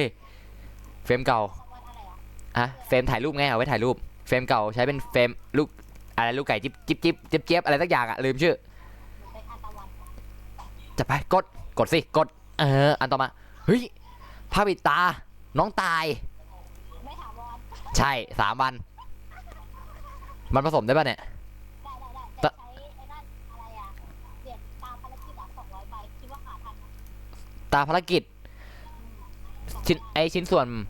ประทับตาภารกิจอะนะใช่ปะ ไอ้เนี่ยอะไรอ่ะใบภารกิจอ่ะเห็นปะ ว้ายตายแล้วพี่เป้ได้เป้เฮ้อได้กระเป๋าได้กระเป๋าได้กระเป๋า ไอ้เนี่ยอะไรอ่ะตามภารกิจอ่ะ อ้าวได้รถหินรถเวลาอีกอันละชิ้นส่วนภารกิจใช่ไหมอันนี้พี่มีอยู่45เอง ไม่ถึง อะไรแล้วตามภารกิจ ตามภารกิจอ่ะ อ่าไหนว่า ตามภารกิจของประจำวันอ่ะ ตา ลองกดเข้าเซลล์บุ๊กแล้วอันที่สี่ อะไรนะกดอะไรนะ เซลล์บุ๊กแล้วกดอันที่สี่อ่ะ กดเทลบุ๊ก ภารกิจ อันที่4 1 2 3 4ภารกิจ อย่างเควสในพวกเนี้ยนั่นแหละนั่นแหละที่เราได้อ่ะตามภารกิจ อ้าวนี่ไงมีด้วย เห็นไหมนั่นแหละเราต้องหาละ200อันคิดว่าทันไหม ฮ่าไม่ทันแน่นอนน้องเอ้ย คิดว่าทันไหม ไม่ทันแน่นอนมาแล้วครับผมเนาะ พอหนูได้ถาวร2อัน อย่าพูดจิ๊บสิเดี๋ยวทำไมเหรออย่าพูดจิ๊บ เนี่ยของหนูมี2อันเสือโคร่งกับกระต่ายน้อยถาวรมันจะมีโอกาสสุ่มได้ถาวรกับเป็นวันประมาณนั้นนะจ๊ะ นะจ๊ะอ้าวกล่องหายเลยกล่องเหลือปาร์ตี้เปโร่12กล่องเปิดเรื่อยๆเลย เอาดีก่อนเอาดีก่อน ไปหมวกเปียโรสีเขียวนี่เอ้ยแป๊บนึงเมื่อกี้เหมือนเจอกล่องอะไรวะอ๋อไปต่อเหรียญเปียโร1 อัน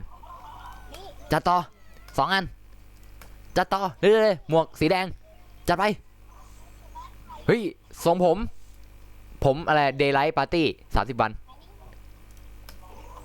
ฮะถุงมือ Daylight Party 30 วัน นี่ออร่าเอาดีออร่า ทรงผมอีกแล้ว30 วันรัวๆเลยรัวๆทรงผมอีก30 วันทรงผมได้มา90 วันแล้วนะเฮ้ยเจ้าไม่ดูไม่อยากดูเดี๋ยวค่อยดูตอนนี้มันกำลังช่วงดวงไม่มาเราต้องรัว นี่ไงครบออร่า ๆแทททูหัวกะโหลกเหรอหนวด30 วัน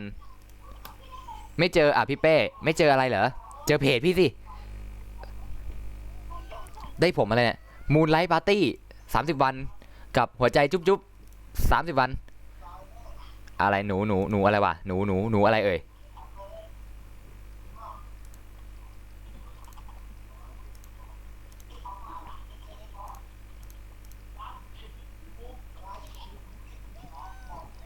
ซึ่งไปไหนวะแป๊บนึงกล่องหายห่ออยู่นี่จัดไป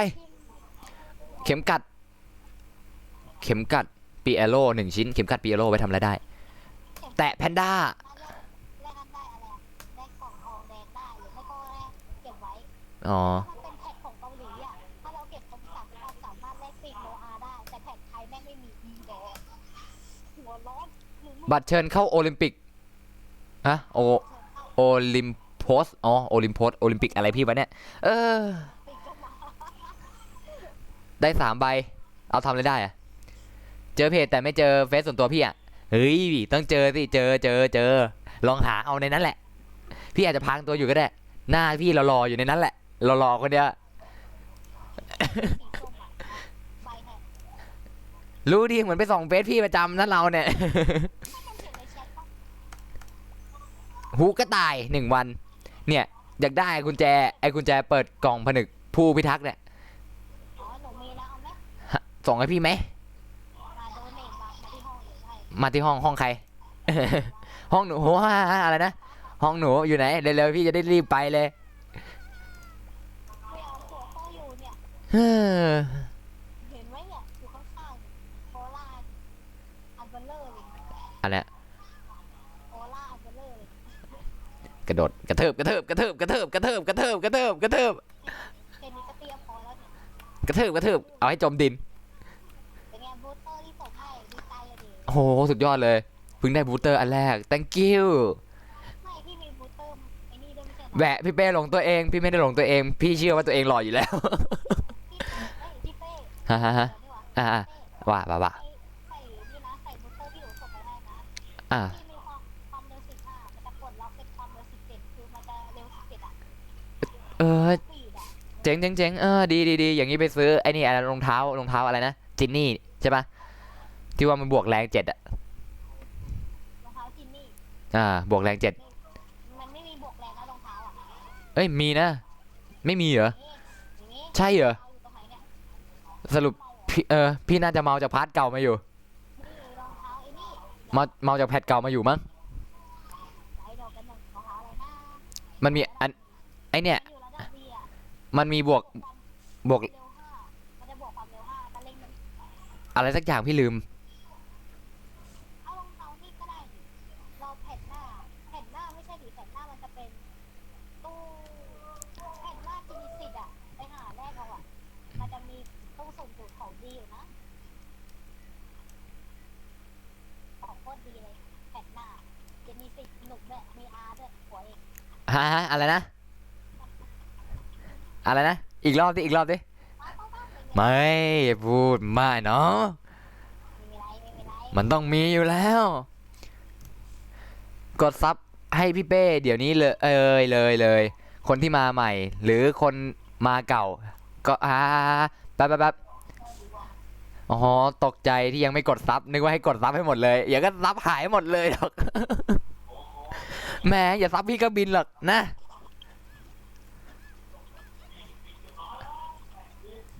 แป๊บหนึ่งขึ้นมาทำอะไรกันเนี่ยหามุมถ่ายก่อนหามุมรอ เฮ้ยพี่เป้ไปได้ไม่ได้มาหนูจะบังออร่าเป็นหนูเป็นออร่า ๆแบ็กกราวด์อีกแล้ว มุมนี้หันมาทางนี้นะหันมากันทางนี้หันมากันทางนี้ มาเรายืนข้างหลังเราจะเป็นฉากประกอบ อย่าบังเฟอย่าพี่ไม่รอ เนี่ยไม่มีฉากประกอบเนี่ย แป๊บหนึ่งบังบีก่อน ไม่มีฉากไอ้ แป๊บหนึ่ง ตั้งวะ อยู่กันดีๆแฟ่ยังอีกเฮ้ย ไม่ได้หันหาออกมาหาพี่แป๊บหนึ่งคือ นี่เห็นไหมต้องเห็นหนูได้เลย ถ้าไม่เจอก็เดี๋ยวพี่ไปโพสต์นะเดี๋ยวพี่ไปโพสต์ในเพจแล้วกันกดถูกใจพี่ไว้แล้วกันกดถูกใจในเพจไว้เดี๋ยวพี่จะไปโพสต์ว่าเฟซพี่ชื่ออะไร เอาเขาส่งเราเต็มเลยเขาส่งเราเต็มเลยค่ะลองคุยเอาไปช้าได้ดิโอ้พูดแล้วเราช้าเลย อ้าวเร็วๆจัดมุมกันก่อนอ่ะมุมนี้โอเคปรับองศาให้ดียืนนิ่งๆยืนกันนิ่งๆแป๊บนึงลืมเอาชื่อออกแป๊บนึงเนาะแป๊บนึงลืมปรับชื่อออกไหนวะยืนนิ่งๆเนาะยืนนิ่งๆเฮ้ยใครโดนปะโอเคจัดไปแป๊บนึงแล้วทำไมคำพูดมันขึ้นมาเนี่ย ใครพิมพ์แหมเน็ตพี่กระจอก55พูดเล่นเหรอเดี๋ยวออกจากอันนี้อะไรนะห้องแต่งตัวเร็วใครอะใครไม่รู้อะใครอะ ไม่ได้ห้องแต่ตัวนะ ไม่รู้ว่าใครเข้าอะ มันบั๊ก มันบั๊กกลัวชิโฮกดเลยชิโฮโอเคพอเปลี่ยนมุมมามุมนี้มุมนี้มามุมนี้นะปรับองศาก่อน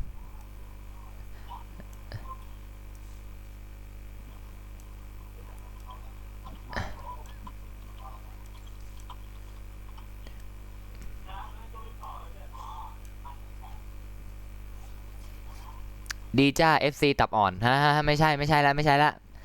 ละผิด FC ละผิดช่องมาเราผิดช่องมาคิดไปไกลแล้วนึกว่าพี่เป้เป็นจิ้งจอกอะไรจิ้งจอกจิ้งจก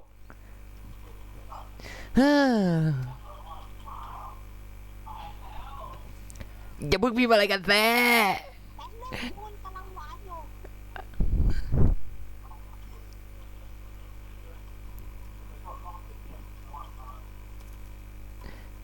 จะได้ถ่ายไหมเนี่ยพี่เป้จ๋าว่าอะไรเอ่ยเร็วเซ่จะถ่ายรูปอย่าบังด้วยเราไป อะไรเว้ยคือ หมดขึ้นแล้ว แม่ได้อิโมชันมาก็ต้องจัดหน่อยเนาะปกติบังพี่เองกันลงไปซ้ายบังมิดเลยเฮ้ยโอเคถอยหลังหน่อยเอาไปบังเนี่ยตกแป๊บหนึ่งแล้วพี่อะ มันจะ เออ ไอ้ตัดมันจะ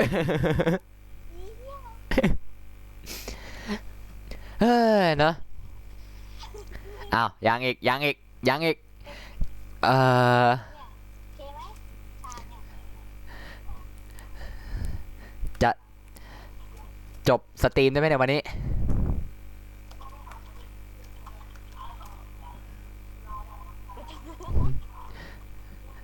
มาเป็นฉากให้เอาฉากตรงไหนดีด้านหลังไหมเดี๋ยว อ่าฮะฉากไม่ต้องหรอกยืนกันให้ครบเลยเรียงหน้า เดี๋ยวหน้า เลี้ยงหน้ากันเข้ามา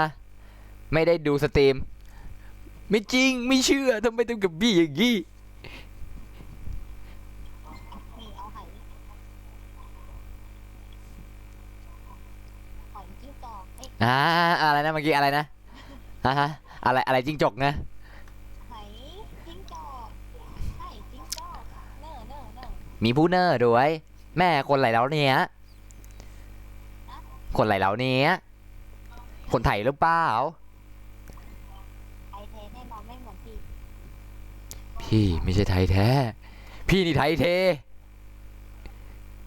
นี่เป็นไงชุดสวยนะเด้ โมกี่โมตรอ ซึ่งทำไมเข้าห้องแต่งตัวกันหมด3 คนเลยปะ นะเอาแยก ฮะยังอ่ะค้างอยู่ห้องแต่งตัวอีกเลยดีค่ะดีครับเนาะสวัสดีครับ เดี๋ยวก็จะจบสตรีมแล้วอ่ะเนาะซึ่งเอาไว้รอพรุ่งนี้ผมประกาศลงในเพจอีกทีนะว่าจะมาไหมอ้าวเร็วๆออกแต่งเสร็จกันยัง ไม่ชอบคนแต่งตามเลยไม่ชอบคนแต่งตามเลย ไปล่าฝันดีนะ FC ตับอ่อนกันกันทุกคนด้วยเหรอ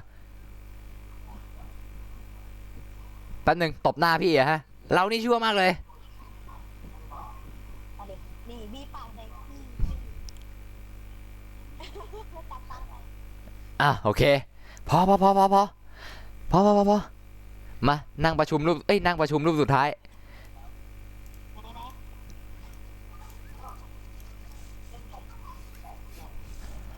ไหนนั่งมานั่งรูปสุดท้ายละมานั่งไม่ใช่นอนใครเนี่ยโอเครู้เลย จะนอนเนี่ยนอน ขนาดพี่ปิดชื่อนี่พี่รู้เลยว่าใครอ่ะ โอเคใช่ปะล่ะรู้ ไม่กวนประสาทอะมีพี่มีเราคนเดียวแหละกวนประสาทพี่อ่ะ นั่งทำไมอ่ะมันก็แปลกมันไม่แปลกอยู่เราต้องนอนนี่ มุมไม่สวยแป๊บหนึ่ง นี่ต้องเอามุมหนูนี่ ไม่เราต้องขยับมาแล้วประมาณว่านอนตักพี่เลย เชื่อพี่ไม่ไปฮะจะจบแล้ว ไม่เอาไม่ต้องชวนจะชวนกันเยอะแยะไปไหนเนี่ยแป๊บหนึ่งน้องตายนอนอย่างเดียวเกิดอะไรขึ้น หนูอยากไปดูอย่างอื่นบ้างอะดูอะไรเอ่ย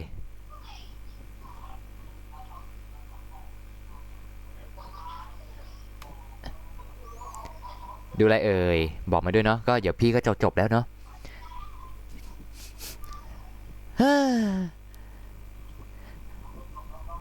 นี่หัว จะต้องปรับมุมหน่อยครับอย่างงี้เอ้าอะไรเนี่ย เอานะ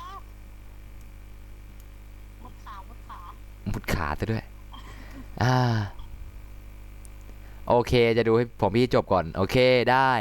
capture นะพอ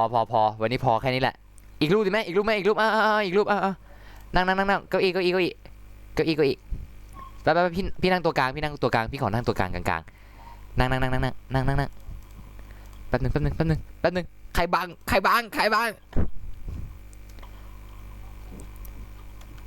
อีกรูป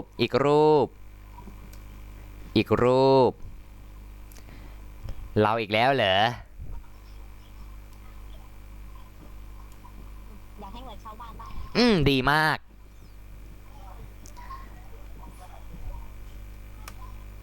ซึ่งมี3 คนใช่ไหมจะได้ถ่าย3 คน ถ่ายเลย3 คน จบแฉะอ้าว อีนี่มันตัวประกอบเอาจริงๆพี่น่ะอะไร นั่งฝั่งนี้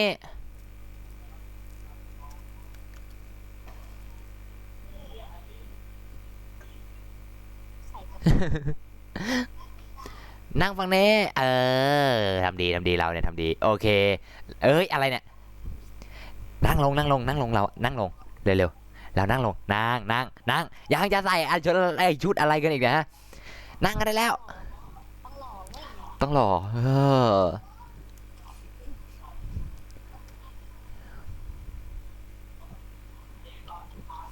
เออจะจบไหมในสตรีมมันเนี่ยฮะ พรุ่งนี้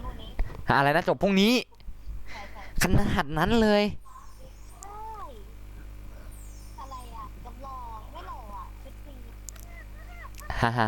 แป๊บเสียงนี่หลอนมากเลยแป๊บหนึ่งตัวข้างมาไงติดเฟรม นี่ไงเดี๋ยวจัดกล้องให้อ่ะจัดไม่เป็นเหรอจัดกล้องปุ๊บเนี่ยแล้วเราก็นั่งเนี่ยเนี่ยเนี่ยได้ แป๊บหนึ่งใครมาใครเขาเป็นใครเขาบุญนี่เป็นใครนั้นพอเลิกใครวะเขาเช็คหน่อยอ๋อ3 ทีนี่เองสนิทกันแม่สุดยอดเลยสนิทกันตอนไหนไม่รู้ทำไปว่าสนิทกัน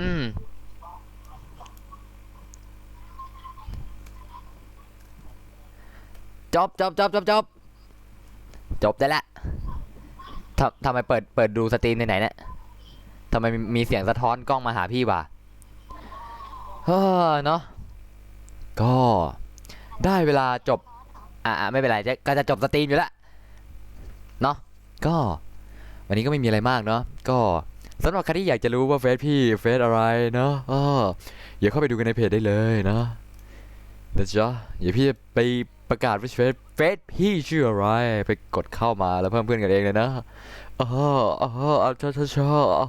บนะโอเคนั่นก็คงไม่มีอะไรมากแล้วเนาะซึ่งก็ยังไงดี ออกไปแล้วในกาลิน่าลองดู